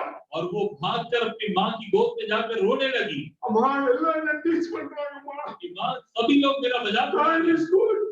मैं स्कूल नहीं जाऊंगी. நான் ஒரு மாதிரி நடக்கிறேன்னு எல்லாரும் டீச் பண்றாங்க. मुझे लंगड़ी करके लोग जो है मेरा मजाक उड़ा रहे हैं. அவங்க அம்மா இந்த வசனத்தை தான் எடுத்து சொன்னாங்க. और उसकी मां ने ये वचन लेकर कहा எளியவர்களை அவர் தேவனாகிய கர்த்தர் உயர்த்துவார். कि जो कमजोर को ही परमेश्वर उठाता है. 1 கொரிந்தியர் 1:28 அம்மா சொன்னாங்க. और उसकी मां ने ये पहला कोरिन्थियर 1:29 को कहा அவளை பலப்படுத்தினாங்க. और उसको हिम्मत दिया. அதே 2 ஆண்டுகளுக்குள்ளாக 2 साल के अंदर அதே ஸ்கூல்ல முதல் பரிசை அவர் பெற்றார். उसी स्कूल में इसने पहले स्थान को प्राप्त किया. அதே அடுத்த ஆண்டுல और अगले साल में அந்த மாநிலத்துல முதல் மாணவியாக வந்தா. और उस पूरे राज्य में ये पहली स्टूडेंट बनकर आई 56வது ஆண்டுல அமெரிக்க தேசத்துல ஒலிம்பிக் பந்தயத்துல பங்கு பெற்று வெண்கல பதக்கத்தை பெற்றாள். और जो है उसके बाद 1956 में जो था वो अमेरिका के ओलंपिक में उसने वहां पर पदक को जीता. 60ஆம் ஆண்டு இத்தாலியில நடந்த ஒலிம்பிக் பந்தயத்துல 3 தங்க பதக்கத்தை அவள் பெற்றாள். 1960 में उसने जो था इटाली के जब वहां पर ओलंपिक हुआ तो वहां 3 गोल्ड मेडल को जीता. பாருங்க தேவன் அவளை எப்படி உயர்த்தினார் என்று देखिए परमेश्वर ने उसको कैसे जीवन में ऊंचा उठाया. நோயினால அவர் போலியோ நோயினால இடது காலை இழந்தவர். पोलियो के कारण से उसका जो दाएं वाला जो पांव था वो जो खो चुकी थी बाएं वाला पांव. அவர் சொந்த முயற்சி எடுத்திருந்தா ஒன்றுமே அவர் நடந்திருக்க கூட முடியாது. अगर वो खुद अपने जीवन में ताकत लगाती तो भी कुछ नहीं कर सकती. நீங்க எந்த உயர்வுக்கு நீங்க சொந்த முயற்சியை எடுக்காதீங்க. आज से आप कुछ भी जो है अपनी इच्छा में अपने बल में काम ना करें. கர்த்தரிடத்துல நீங்க விட்டு விடுங்க. परमेश्वर के हाथों में समर्पित करें. வில்மா ரோடாஃபை உயர்த்தின தேவனாகிய கர்த்தர் இன்றும் ஜீவித்துக் विल्मा रोडाफे को जिस परमेश्वर ने ऊंचा उठाया वो आज भी जीवित है.